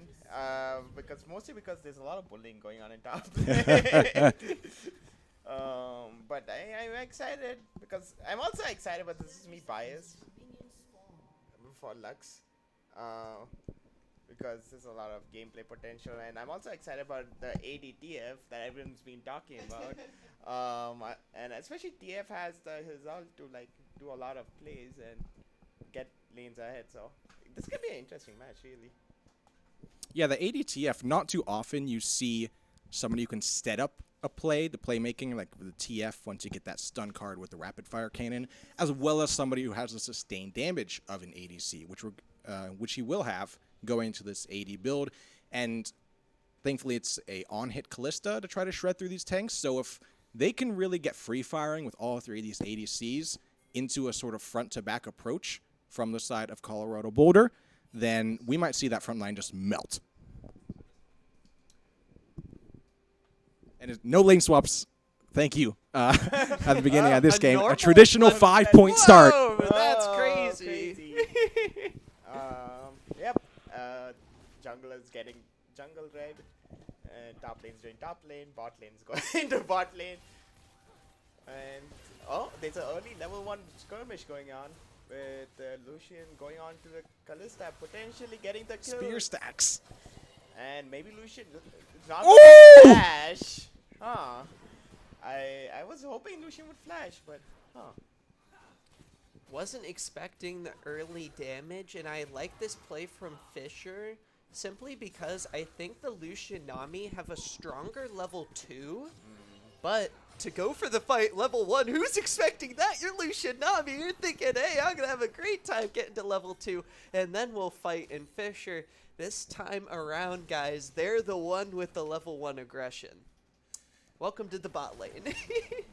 I did not expect level 1 aggression, really. I would expect like you wait for level 2 and then the spikes happens and then you go for it. Well, I But mean, they were very close though. They almost got the kill, and I was hoping Lucian to flash in for the kill or like flash away. So I'm kind of curious why that didn't happen. Yeah. well, I mean, with the level 1, it's literally an level 1 ADC support versus level 1 2 ADCs. They will be out damaged. The math Oh, is that is. Oh, mathing. the math is mathing. Yeah, you're right. Oh, yeah. I'm kind of forgetting there was a 2 ADCs. 2 ADCs Yeah, it's greater that's than basically one. an ADC. I keep forgetting that. Yeah, you're right.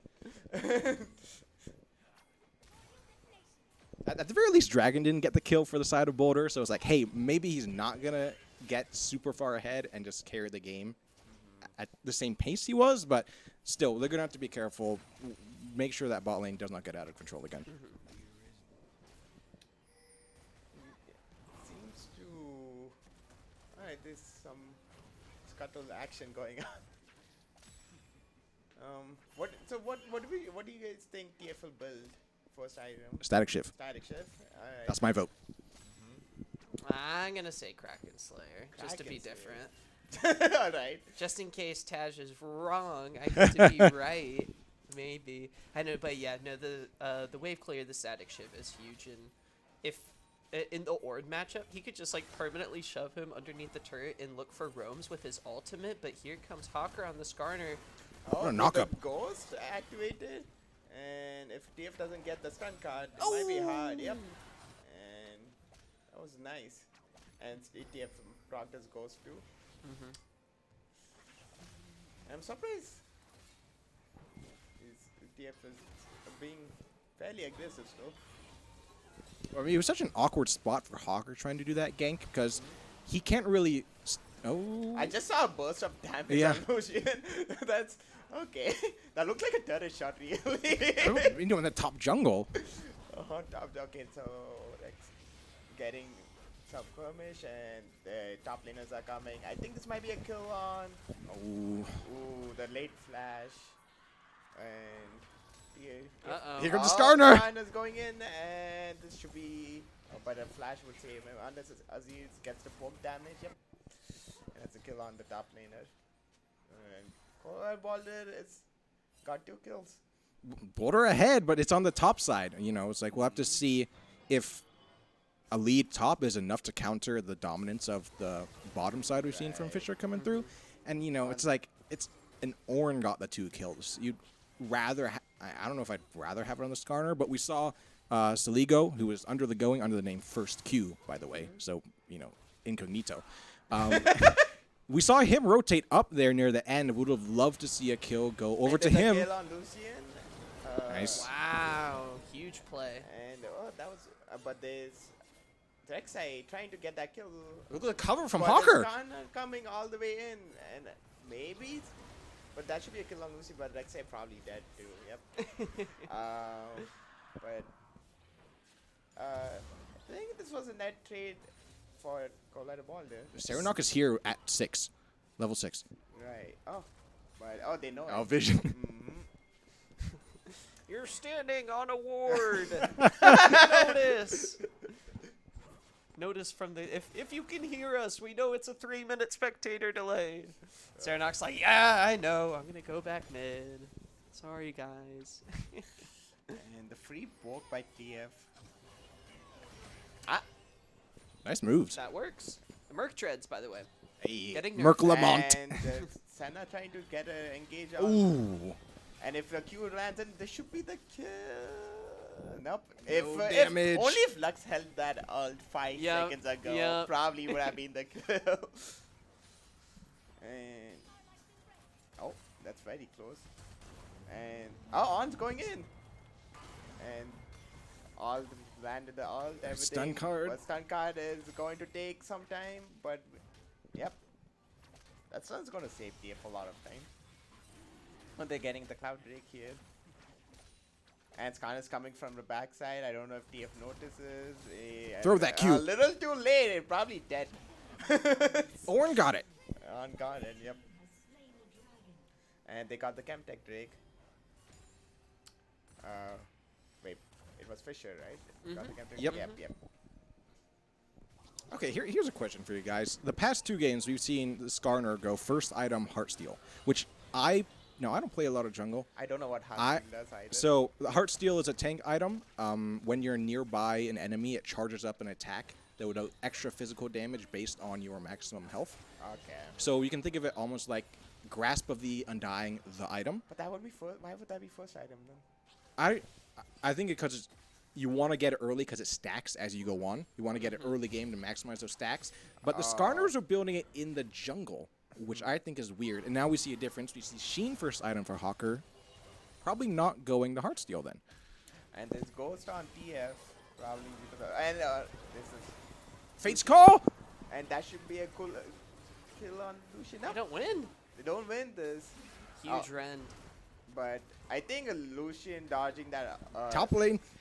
and that top lane should be a kill on. Yep, on the TF. This guy is doing a really good job of ganking top lane now many times. And and there's Rek'Sai over here. I do No damage. I don't know if this works. Yep. This is the result, I think, from CU Boulder understanding the draft a little bit better overall. And we've seen the gameplay difference a little. I mean, sure, no lane swap. That's been a little bit of a factor. Oh, and there should be a No kill. way. Oh, not enough damage. Probably Oh. because of the Muk threats. But That was close, Oh, though. maybe, yeah. yeah. But so right now Jenkins, he's on a matchup where I think it's going to be a little bit harder for him to dominate in the side lanes like he'd been able to do on the Camille. He's down 0-3 with a little bit of a CS lead. Taj, I think you were right on the money. He's going for the static Shiv. No shard component of the Kraken Slayer, unfortunately. Oh, they tried. But here in the bot There lane, might be a- Tyler. Oh, they Tried to missed flash this one. predict. Yeah. No damage. He doesn't have flash. yeah. And on try. Oh, On's This going might be on a solo kill. Yep, because On has the damage. What do you do? now. Stun card, but Scan is coming into. Hawker. No, it's over.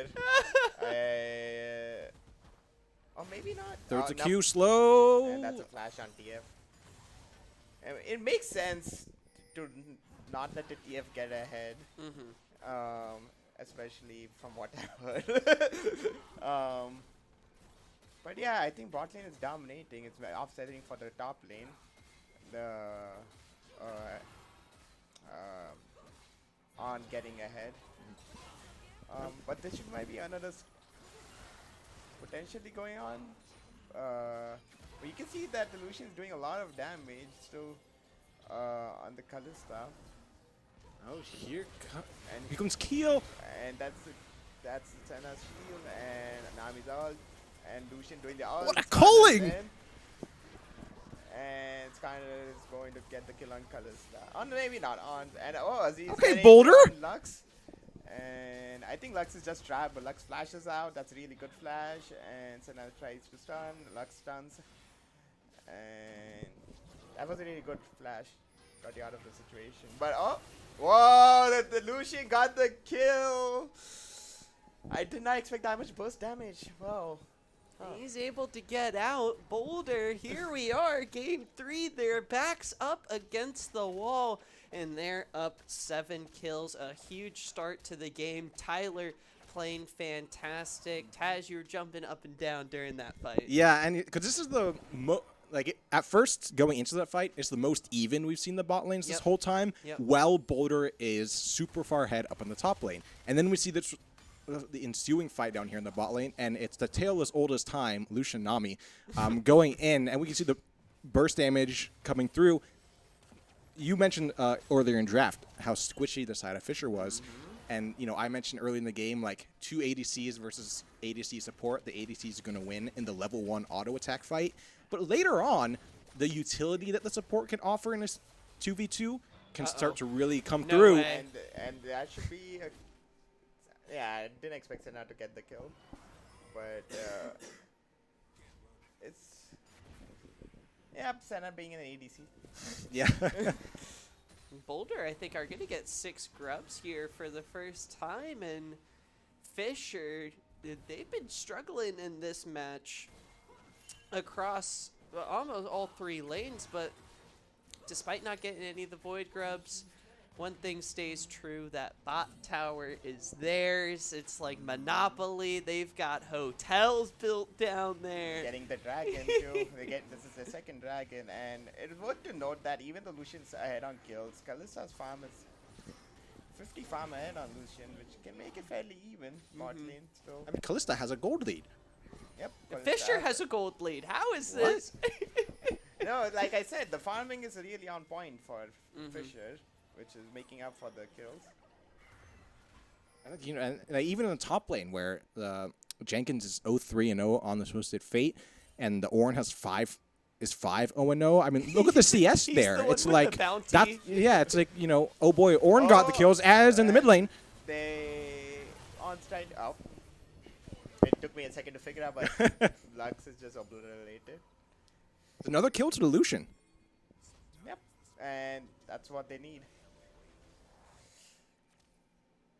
Yeah, man, get that Lucian ahead, and then Seems like they swapped bot lane now, and Yeah, wow, there's that Lure. damage is just stacking on DF. That's half of our health, and I think they're gonna get this tower top lane, unless Skarner can't defend it, unfortunately. More gold. They continue to funnel Dragon really well. Okay. Fisher to play. Ult by DF, and they're going in on the Lucian, and that's ult on the DF, but Lucian's like 10 HP. Just auto. Oh, that's a 700 shut down on the Lucian on Rex with that Rek'Sai guard. I almost thought DF got it, but Rek'Sai they definitely need that gold lead as well, and they're going for the Rift Herald now. And they should probably get this fairly easily. yeah, at this point it feels like Boulder is getting all the kills, but Fisher's here. Like, remember, it's an objective game mode. The point is to kill the Nexus and your team's base, not to kill the enemy champions. So it seems like, all in all, in map play, Fisher has been getting the upper hand. They have one turret. Granted, they didn't get any of the grubs, but we just saw them grab Herald. And the individuals might be getting ahead on Boulder, but if Fisher can play the map correctly, you know, get early presence on these objectives as soon as these tier 1 towers open up, and that shrinks the map for the side of Boulder. Like, you have to walk into a Lux, Twisted Fate, and then a Set double up. ADC bot lane. Yeah, have And fun. yeah, you know, at that point you're glad the Ornn is fed, because he can sort of face take that and not die immediately. But we'll just have to see how it all pans out. I'm also interested in the Dark Seal on Lux. Okay, nice ult. They notice that. It's the new Skarner ult, true man. Yep. You can miss it. You can miss Skarner ult now, which is tough. Tyler's got to And be careful. out TP the- coming in. Rift Herald is going in. This is There's an going to be a inch. play. What is Boom doing? And that's a kill on Boom. And that should probably chase down Lux. And but as he's trying to fight Lucian, is that Lucian? No, Rek'Sai. And probably get away. Well, that's interesting. Colorado a little desynced there almost, right? Saligo looking for the Rek'Sai. The rest of the team looking to chase down Saranok. The Rek'Sai tunnel was there, and is that kind of a workaround to the Emperor's Divide? Can he go under the soldiers with his tunnel? 'Cause I don't think he got I'm knocked not back, sure. but we got more fighting. And there's a gang on the Ornn, but it's going to get double kill, I'm pretty sure. If they chased it, yep. And there's another kill on DF. He's got off, but Lux is trying to shield. Probably going to land those stuns, but Skarner's going to come in and Oh, nice Nami bubble. and should get the kill.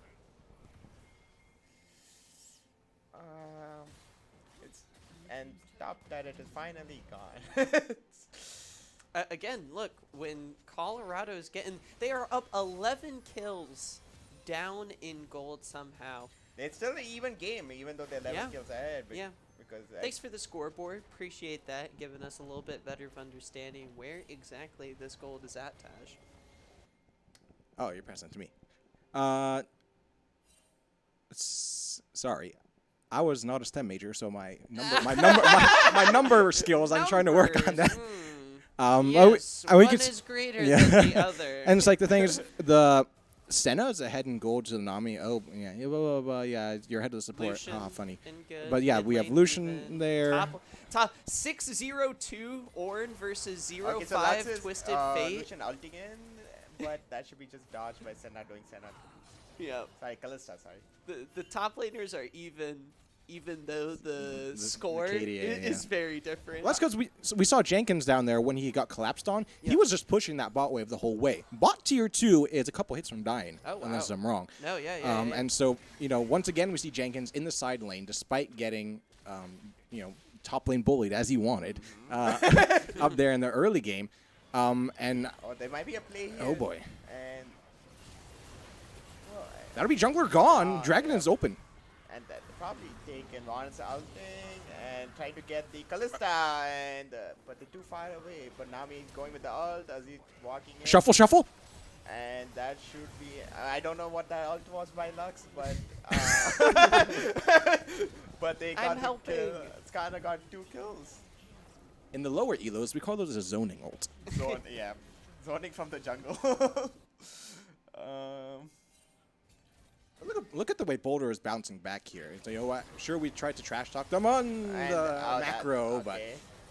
And that's got Oh. a kill on Lux. I don't know why Lux walked into 5 people, but that's a kill. And on almost, and Rexa is coming in. Please don't go in, Rexa. You might die into 4 people. But yeah, as you can see, they're getting their objectives as well for Boulder, and now they're on a 2K lead. and that they are. But to me, if you ask me, it feels like this is really Fisher sort of handing the game away, rather than Boulder capitalizing on any sort of mistakes. We saw Jenkins get punished for staying too long down in that bot side of the map. We saw Keo get caught out all alone in the middle of the Dragon Pit as Boulder were taking it. And then this fight that sort of followed along the back of that was all the result. It's a staggered kill after kill after kill of the front to back of Boulder taking on these sort of 1-by-1 pickings from Fisher. I also noticed that Kalista Senna actually, when Senna uses I don't know, whatever it makes, a shrouded ability that covers it, and then Kalista ults, and then no one can see both of them. Yeah, it was this weird interaction. Yeah, and then I was like, that's actually pretty impressive. You're just going. It looks like Senna's moving, but it's actually Kalista that's moving.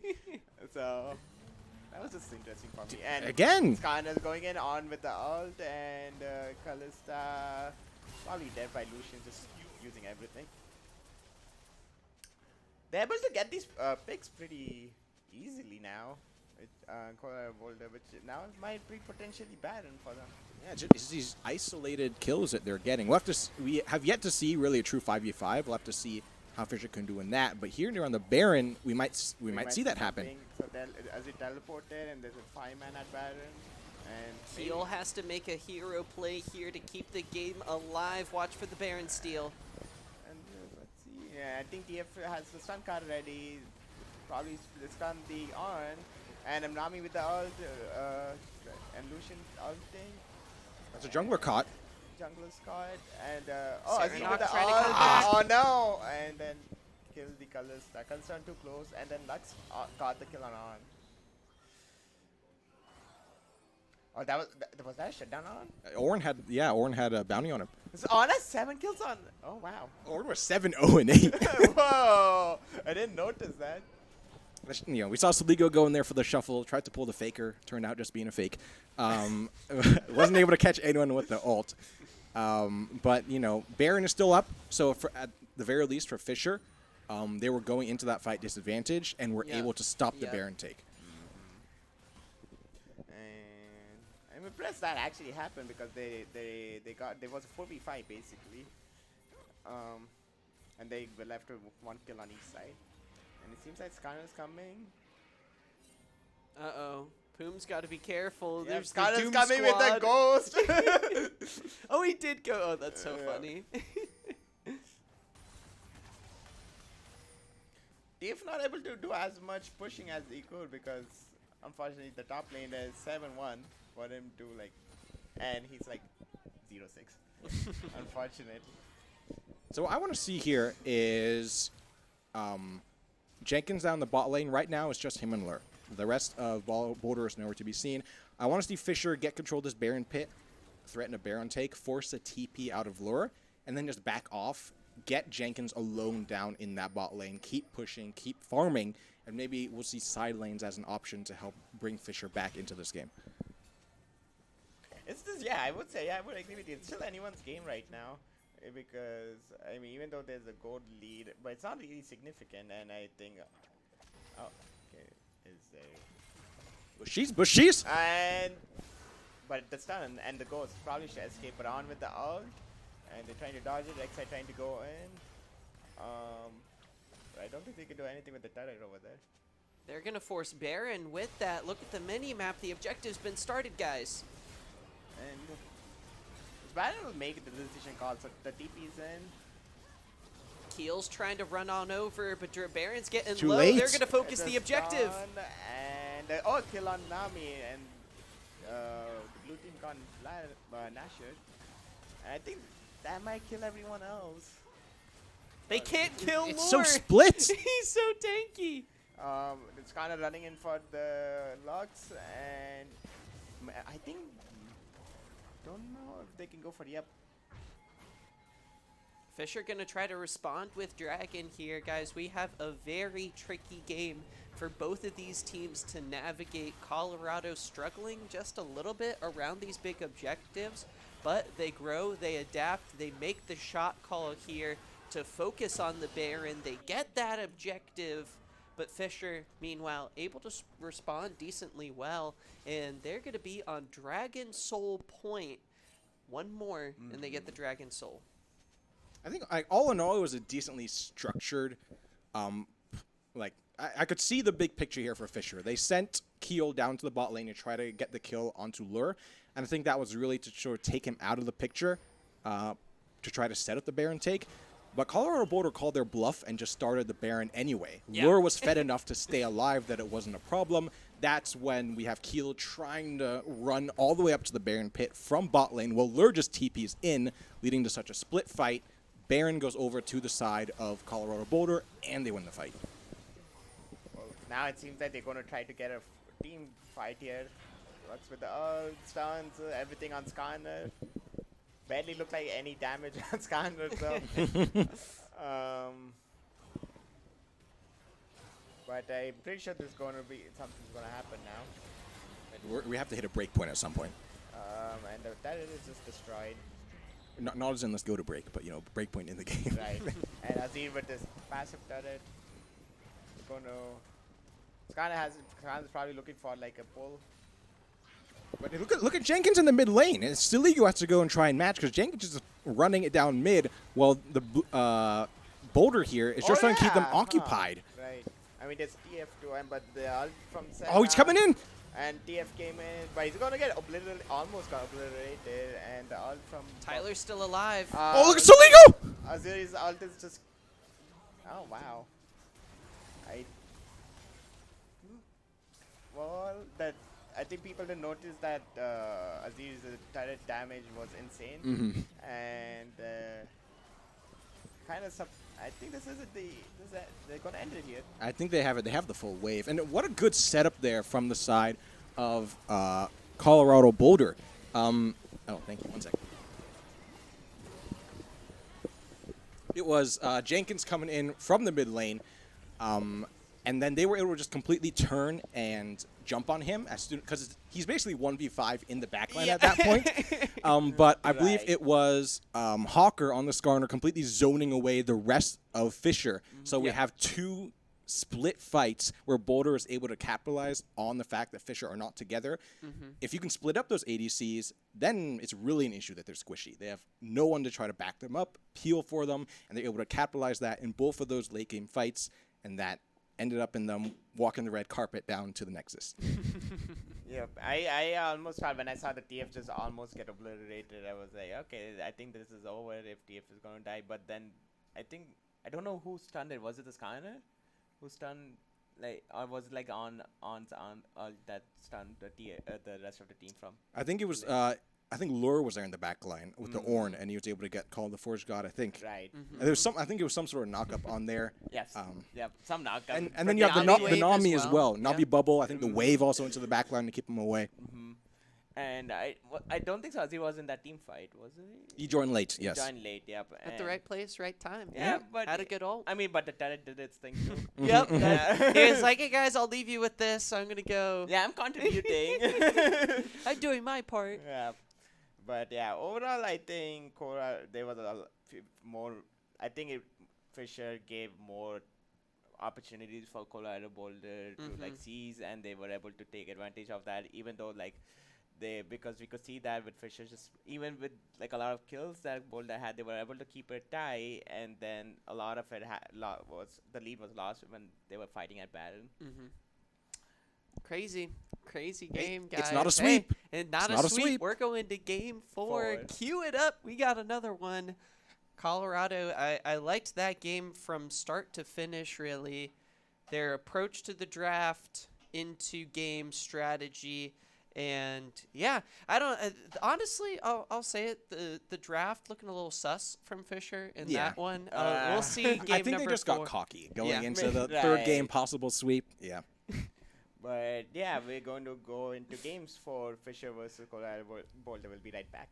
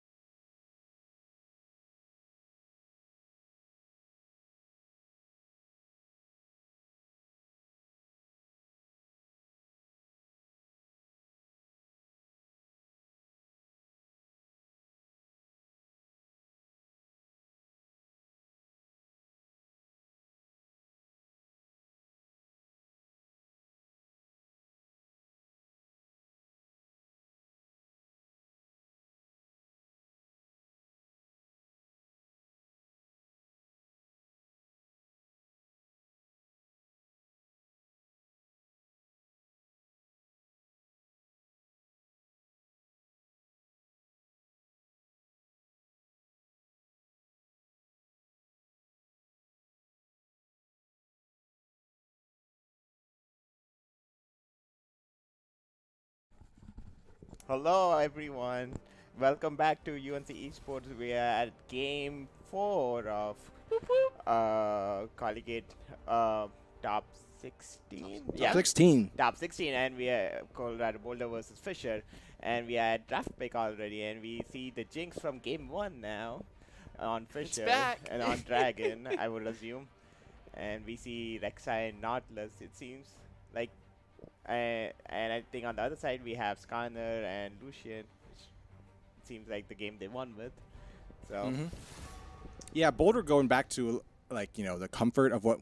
So it was like Fisher took the first 2 games. Boulder was able to stop the sweep with the victory in game 3. Got into game 4. It was the Lucian Nabi bot lane that we were able to see Boulder not just take the victory on, but equalize the bot lane, which we had not seen in the first 2 games. It was Dragon over on the side of Fisher, who completely took over that side of the map in the first game, most convincingly on the Jinx, which we're seeing again. I'm excited for that Jinx. If it's anything like game 1, it's just hopefully Colorado Boulder has a comeback for this time. But also let's not let Jinx free farm this time. Yeah. Well, I'm honestly surprised, True Man, that Boulder went with the Lucian Nami into the Jinx. Generally, we've seen in the past Varus is picked into it. Because it can kind of match it into the early game, has some pick potential, and if you do want to try to match the Jinx late game, there is that attack speed Varus build that we saw earlier. So interesting to see. Tyler's obviously feeling good after that game he had just a few minutes ago on the Lucian. And overall, the Nami picks, the bubbles were on point, really good gameplay just overall. They keep in mind, they actually died first in lane. Remember, level 1, the Callista Senna started off ahead, and they weren't able to capitalize with that early lead. So we'll see how it works for Boulder in game number 2 as Saligo's LeBlanc gets locked in for a potential game 4 carry. Colorado Boulder, keep in mind, guys, this was a team that was voted in as the West 5 seed by the selection committee, and here they are taking a game off of Fisher, potentially forcing us into game 5. They're playing really well with their backs up against the wall. And I'm kind of excited for the LeBlanc because especially I think that's a counter to Jinx, essentially, is they don't want that Jinx to do what they did game 1 and just bust it down. But we also have Gragas and Wei. I don't know if I'm pronouncing it right. Wei. Yeah. Wei. And I don't know how exactly their gameplay works, but I've just seen paintbrushes painting all kind of like billion moves. Mash your face into the keyboard. That's how they play Wei. It's like, I think I played one game against it and it just looked like more than 4 moves. So I was a little confused, but I'm assuming that's just new champions being more broken. Here we get the first non-tank game for Lure, a Renekton. Will be interesting. I think he got buffed or is at least feeling a little bit better in the meta. It's been a while since Renekton's To been me, meta. Renekton, I don't think Renekton is ever not meta. It's just that he's not prio. That's the way I see it, because you always see him pop up. Like, now, okay, I'm talking about like pro level stuff like that. Hey, here we are. We got true. Saligo. Formerly of 100 Thieves, and even more importantly, Lol Tyler 1's Shadow Dogs Unleashed back in Twitch Rivals 2018, where they went undefeated and put the Snake Mo Yasuo to shame. Do it for Trick, if anybody remembers that. Anyways, back to Renekton. Deep lore. First game on a non-take. We have the Skarner there to serve sort of as that tank role.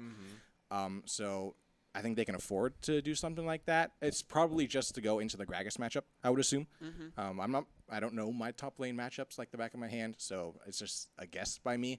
But all in all, I would say that we see very sort of, front to back possibilities, but the LeBlanc pick tells me we're once again going to attempted side lane dominance, because LeBlanc is pretty good over in those side lanes. I'm pretty curious about like the mid lane matchup itself, though. Hey, what's LeBlanc? I mean, I know LeBlanc is like probably going to play very passive. Probably like as you mentioned, I'm going to outside lanes trying to get those kills.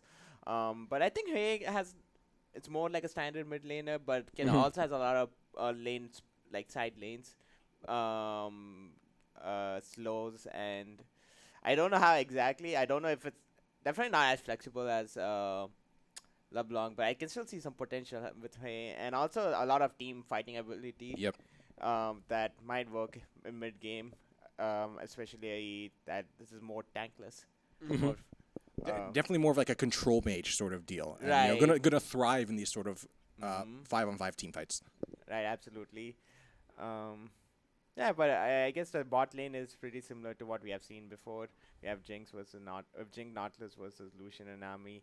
I would assume that early game lead, Jinx and Nautilus would have an advantage. Well, okay. I'm gonna hop off that to try to go against what Max said earlier, saying that he likes the Jinx into Lucianami. Contextually, I like the Lucianami into the Jinx. Jinx is your late game scaling champion. We saw how good the Lucianami was for. Yes, they lost that 2v2 at level 1 against 2 ADCs, sure. But later on, we saw them really start to pick up. I want them to see that because the Lucianami does have that level 2, level 3, 2-on-2 advantage. Because, once Nami gives the auto attack buff to the Lucian, he goes in, procs his Light Slinger, probably a first strike rune as well. He's really going to start capitalizing on the fact that Jinx needs that time to scale up. So I think this is a really good way for Boulder to try to continue keeping that bot lane even rather than seeing the big discrepancy we saw in games 1 and 2. It seems like our casters believe different opinions. We're going to see what's going As to be usual. right very soon. Tash was right last time, Hey. so maybe we'll be right again. But I mean, that's why it's more interesting to see when like casters like basically who's right very soon in the matches. But I kind of agree that Jinx might have an advantage too. Okay. No, he's agreeing with you. Yeah, I I know. know. Yeah, so but we'll see. We're gonna see. Yep. My thing to look out for, Taj, is in True Man, as you guys mentioned, the lane swap, I think, did enable Dragon to go unchecked through games 1 and 2. So game 3 was definitely welcome. We're going to hop onto the Rift, see if Boulder All right. has got the download. Have they adapted? All right, game 4, Fisher versus CU Colorado Boulder, and I want some early kills. Well, they have yet to disappoint in that department. Yeah, it's still not like the first game where we saw like 1 No. minute per kill. But Well, it looks like everybody's calmed down. We have a 5-point start again. The fact that Lucian and Jinx are all the way down in their bot tri bushes tells me that, I guess Lucian doesn't have a bot tri bush, but they're not swapping. They're staying down there. right, and I think it's also because match point. You probably want to be more careful. Yep. Yeah, 5-point start. No aggression from anyone. I don't even think we have a late. Well, okay, we're gonna have looks like a late invade on red side. Raptors, as usual, try to get that vision up there, get tracking on Hawker. And I wonder if they're trying to go to the enemy jungle. Probably not. No, not fully invade. And Oh? LeBlanc started with the E and proc. Oh, this is a flash. Aye. But not just. Huh. So that's flash out, but fortunately for Saligo there, LeBlanc is not exactly what you would call an immobile mage. Once she Right. hits level 6, she has the double dash possibility. Pretty good. So, they're just really going to have to try to hit that mid lane before 6 when she only has the single dash on the W and no flash. See if you can get Serenok ahead.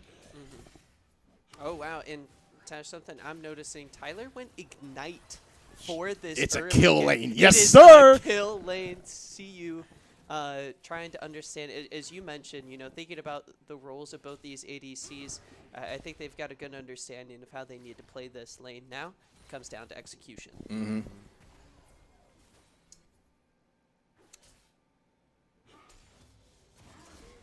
So, How's the weather? it was raining when I drove here from Raleigh. That's tough. Yeah, it was pretty wet. Both junglers on opposite sides of the map here, so I wonder if they'll run into Look each at other. Keel staying here on the bot side of the jungle, though. For a second, I thought he was going to lane gank, but it looks like he might just be looking for Scuttle.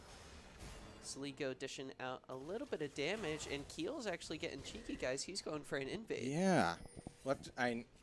It is, thankfully for him, Fisher is pushing in the side of Colorado Boulder, so they might be able to afford to roam a bit, give him some backup, help secure that blue buff. There you go, rotating up right now. That does leave Dragon open. And that's a full in on by Lucian, and one more hit where I got the kill, but Skyner, oh, there are 2 flashes, and that's another flash on Lucian, but Lucian's trying to kill the Jinx, but I don't think that's happening. Oh, no! On the Jinx. And a lot of rotations here by the junglers to the bot lane, but they're still going. And This is going to be another one. It's kind of caught, yep. And the kill goes on the Nautilus. Nautilus diff. We know the Yep. ADCs are there, but Poom is having an amazing series. And this time around, you know, he's been trying to counter the Nautilus all series long with picks like the Tom Kench, and now finally he gets his hands on the champion and having himself a moment here. Yeah, and it was the right idea down there for the side of Colorado Boulder. Yeah. We saw the Jinx running for the hills. I honestly would have loved to see Tyler use that flash aggressively, secure that first blood, get the kill, do what the ignite on the Lucian confirms. They are going for that early pressure, make sure that the Jinx does not reach her late game anytime soon. But unfortunately, it didn't pan out. I would have loved to see Tyler try to use that flash aggressively, quick pop a ward in that tri-bush so you can try to finish off that Jinx. But then we saw what was right before that, the fact that it was Fisher pushing in that bot lane, the rotation, and could afford the roam up to the jungle, the rotation returning, Not just trying and to get this, getting the better of him. and just some poke damage. Not just like, oh yeah, I'm here, be scared. But Skyner's coming in into the Nautilus, and is that a kill? Yep. Oh, that's the bubble. That's Give the it, kill. give it. Oh, Nice. No! How? Here we go. Champion nerd here. New Skarner's auto attacks apply a stack. Once he gets to 3 stacks, it applies max health percentage damage over time. So I think that's what got the kill. Nice. Oh, Because I saw the Lucian auto go. Yeah. I was like, yes, and then poof. Yeah, play your Lodol, kids, every day. It keeps you sharp on your champion knowledge.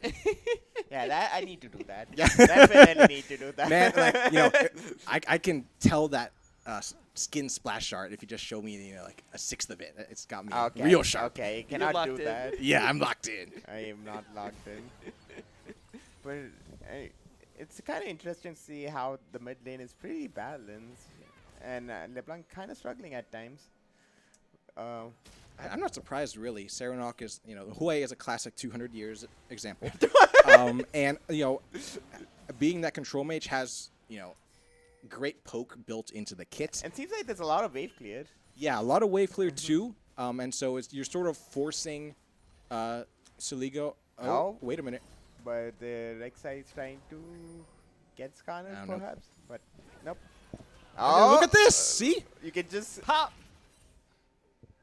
was that a fear on LeBlanc? Yeah. Okay. He does have a fear as one of But his I options. think Skarner is off. Now he's getting out. Yeah, it's getting out. The clutch minions, but after all of this, Hawker, I feel like feeling a lot of the pressure here, guys, and in response, Keel is going to pick up not 1, but 2 neutral objectives. The Void Grubs and the Dragons are secured by Fisher. And I think the first plate is going, or maybe not. Seems like they backed off. Yeah, man, Fisher, all in all, I would say, has seemed to have a better grasp on playing the map throughout the series. You know, last game we saw Jenkins with some pretty spectacular pushes on the side lanes. You know, getting ahead. We saw how fed Lure got on the ore, but when we checked in later on, the gold was even, if not in favor of Jenkins on the Twisted Fate. Oh, goodness, train of thought just left the station. What was I saying? Well, we're seeing action Golly. at top lane And Greg is just smacking the barrel and doing insane damage on this Renekton. Taj, all I can think about is how Lore is really behind on this Renekton, not really getting the early game lead that he needs to. Yep. Well, I think last game we saw so much pressure being applied top lane by Keel on the Skarner. Gank after gank after gank. No, it was Hawker. I think Skan's What's it? waiting on Hawker? the skill. Oh, no, you're Skarner's right. going Yeah. in. Oh. And missed. Because you're right. On the, it was on Hawker, the you're right. Twisted Fate, it was the Orange Skarner duo that I didn't know I needed to be afraid of. But on the Twisted Fate, it was brutal. It was called the Forge God. It's ultimate. And a lot of times Jenkins would gold card the Ornn that was running at him and not the Skarner charging in, which I think led to a handful of successful ganks. Mm-hmm. And a lot of times he didn't even know he needed to save the gold card. Yep. Because Hawker, just really good map movement overall, but now it's been a bit of a struggle. Oh, And this Saligo, Oh, directed camera. and it's full in on the Nautilus, but probably not enough to get the kill. He's low on mana too. And seems like LeBlanc survived. Rek'Sai trying to get LeBlanc. But it seems like Lucian I'm able to push this lane pretty often into the and trying to be more aggressive, as you mentioned, Mm-hmm. with the and then clearly set by the ignite. I don't know. I don't think they're doing enough. Like, sure, that first try sort of backfired on them, but to me, they sort of you have to try to bounce back. Yeah, okay, here's Hawker coming down. Maybe we'll see a dive right here. Oh, never mind. It's a reset. Dragon's still in a minute and a half, so there's not really any objectives to get ready for here. On the recall, it could just be going back to try to get some items. Jinx already has the Well, how many times That's has rude. Dragon stopped Tyler's back with zaps and now using ultimate? But I think that's a really. But now Dragon is going to get the lane push down there. So, forcing the back timer to be bad for Tyler is actually going to just swing now in their recalling. favor. That's the ult. He had to walk all the way back. Oh, I boy. think that's a kill on LeBlanc. Yep. And flash by Gragas. And really, it's kind of proved to be very useful in all these games. Like, able to make a lot of plays with the ghost, run into people and pull them out. Like, if you're not aware, you can. It's a pretty easy way to get those kills. And I think Gragas. Ooh. Ooh. No ult, though, so can't follow up. I think Gragas is just going to walk there. And Lura's having a lot of trouble here, and I think all in all that spells a lot of trouble for Colorado Boulder as a whole, because you want Hawker to try to provide some help down that bot lane, because it seems like they're, I don't know, I think gapped might be kind of a strong word, but Dragon definitely has been performing more strongly compared to Tyler throughout the series, but now Hawker's kind of split between where he wants to go and help apply pressure. And LeBlanc going in. There's a root? No. But I think LeBlanc would probably want to just stick it out for some time because eventually the damage will come in. And so LeBlanc's not probably too worried about not able to get the lead on way. But Renekton's having a not so good time. But maybe Renekton's going to ult in. Yep. He's No ult available. Wait, No, he has ult. He does have ult. Renekton has ult. Oh, explosive cask is there. Jenkins, is he gonna get the Oh. cheese? Sheesh! Why didn't Renekton not ult? Renekton didn't have ult. it, yeah. Oh, okay, got it. That explains it. Jenkins had ult. Yeah. Okay, then I don't know why Renekton went in then. I was kind of confused. And that's Oh a boy. kill. Full clip, but Nami's ulting in. Lucian's going in with the ult. Nautilus flashing out. And Skarner's going in. Hawker does have ult here. And that might be in. Okay. Oof. Nah, Nautilus doing Nautilus. Bruh. He wants it. Sure, but Anyway, Fisher extending their gold lead here. Hawker. Oh, we they can might see they might Boulder gank trying here. to make a play here. Yep. And TP coming TP in. It's the coming in. Gragas. But this might be Ooh. okay. That might be a kill on Nautilus. But look at the AoE damage by Jinx. But there's LeBlanc coming in, I think Jinx What gets a his kill on knock-up! Skarner. That's a knock-up, and that should be a kill on, double kill We've on. seen this before. And that is a lead on the Jinx now. I think that it seemed like Hawker wanted the Jinx, but Tyler and Heloisia were really sort of in position to try to take down Poom there. They were sort of split in the dive, and then as soon as Jenkins called in that TP, which was, honestly a little late. If they really had just focused on Nautilus, I think they get the kill.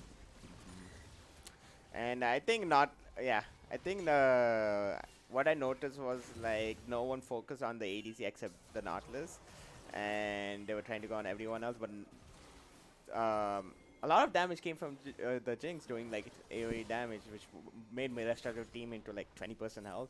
And then everyone else just wrapped it up. And the Taj, you called it that double knockup from Keel, the Stride Breaker Rek'Sai combo coming through in glorious fashion.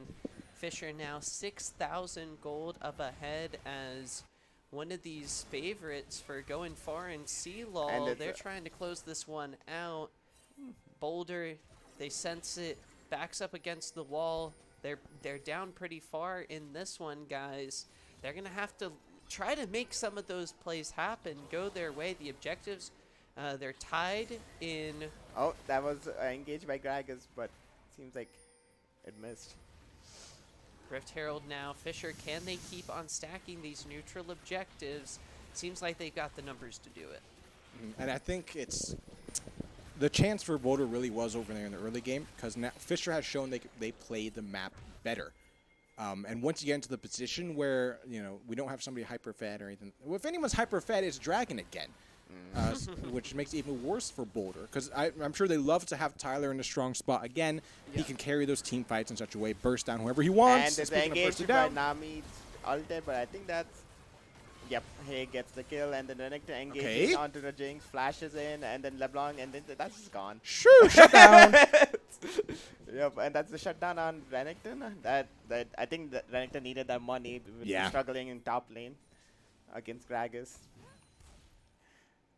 But I guess we were talking a lot about Thailand, and then got shut down immediately after. Yeah, and it just seemed like it bit off a bit more than they could chew, but now Keel's going in. Rek'Sai is going in. Easy knock-up. That's going to be it. Yep. Wow. Keel having a lot better game on the Rek'Sai. Oh, flashes into the Rek'Sai, and then Gragas ult misses, and that's a double kill. Double kill. Actually, did not miss it. Pushed him back into the turret. Yep. Objective bounties on the map. The desperation. Oh, there's a Rift Herald summoned, and they're trying to get this turret, maybe forcing a play in the bot. Let's see what happens. And they're going in. Gragas and Rek'Sai, the knockup. Renekton puts out, but the Jinx is going to get the kill. And no Dominus. And they're getting this turret. They're probably going to maybe get a... Oh, they can't do anything right now. Look at this flank. Look at this flank. Hawker is on the backside. And but flank 4v1. Oh, 2v2. Oh, no. Saliko's coming in with the flank as well. It's a double flank. And they 4v1 potentially, but there's LeBlanc. LeBlanc got an 850 gold shutdown, and they're going in. But the Jinx is going to die. Flash. Double kill on the LeBlanc. LeBlanc is dead by the Gragas. And maybe the Skarner is going to struggle here. Yep. They can't stop the fat man. Jenkins having a huge game on the Gragas. The KD8 doesn't reflect it, but big impact in that fight. But we have to keep in mind that the inhibitor is now open. And there's a lot of control now because the bot lane is pretty open for like movement for Jinx basically to like help other lanes. Yeah, but but they're being good little League of Legends players. You don't take the inhibitor before 20 minutes. So at that point, you're just giving the enemy team free farm. Basically. So, good restraint from them, not trying to overstay. Granted, they just had a big fight, so it's not like they could overstay if they really wanted to. But, Lore was picked there, had TP ready to go, but Serenok was split pushing up in the top lane, and Lure could not afford to let him keep pushing by instead TPing to And I rejoin guess the this fight. is free dragon now. Yep.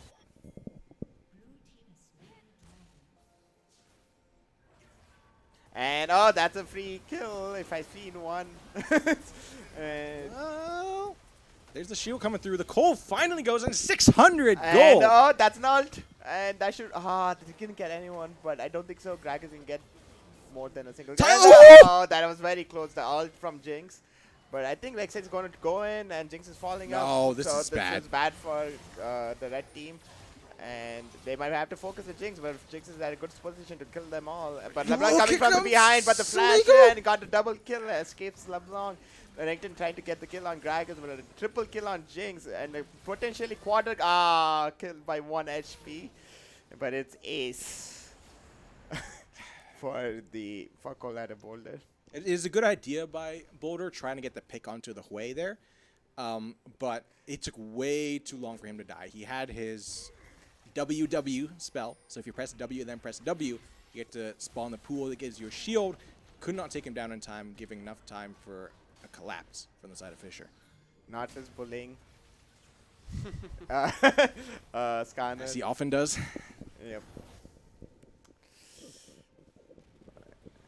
And it's really just up to Fisher now to Oh, not... his damage Oh. is really good. You can see that on the scanner. It's almost quarter health gone. But Scanner's going to engage on the way. Oh no, maybe on not listen. And Ooh. flash is out. That's a good flash by Hui. And then Nautilus is taking in everything, and he's probably going to die. And Hayes damage. Look at that damage. I think he's going to try to. And Hey! by Dragon getting Watch the explosive kill. cask. And explosive cast, and Hayes should get or Rek'Sai getting the kill. And actually, this flipped completely on the other side. I think Hawker just saw red for a bit there, kept going in, but the play was clearly, at that point, practically already over. And well, that's just like burst damage on the LeBlanc, and LeBlanc is just dead. And you can see that damage to Hay, and then Rek'Sai is dead too, getting Baron the in kill. 15.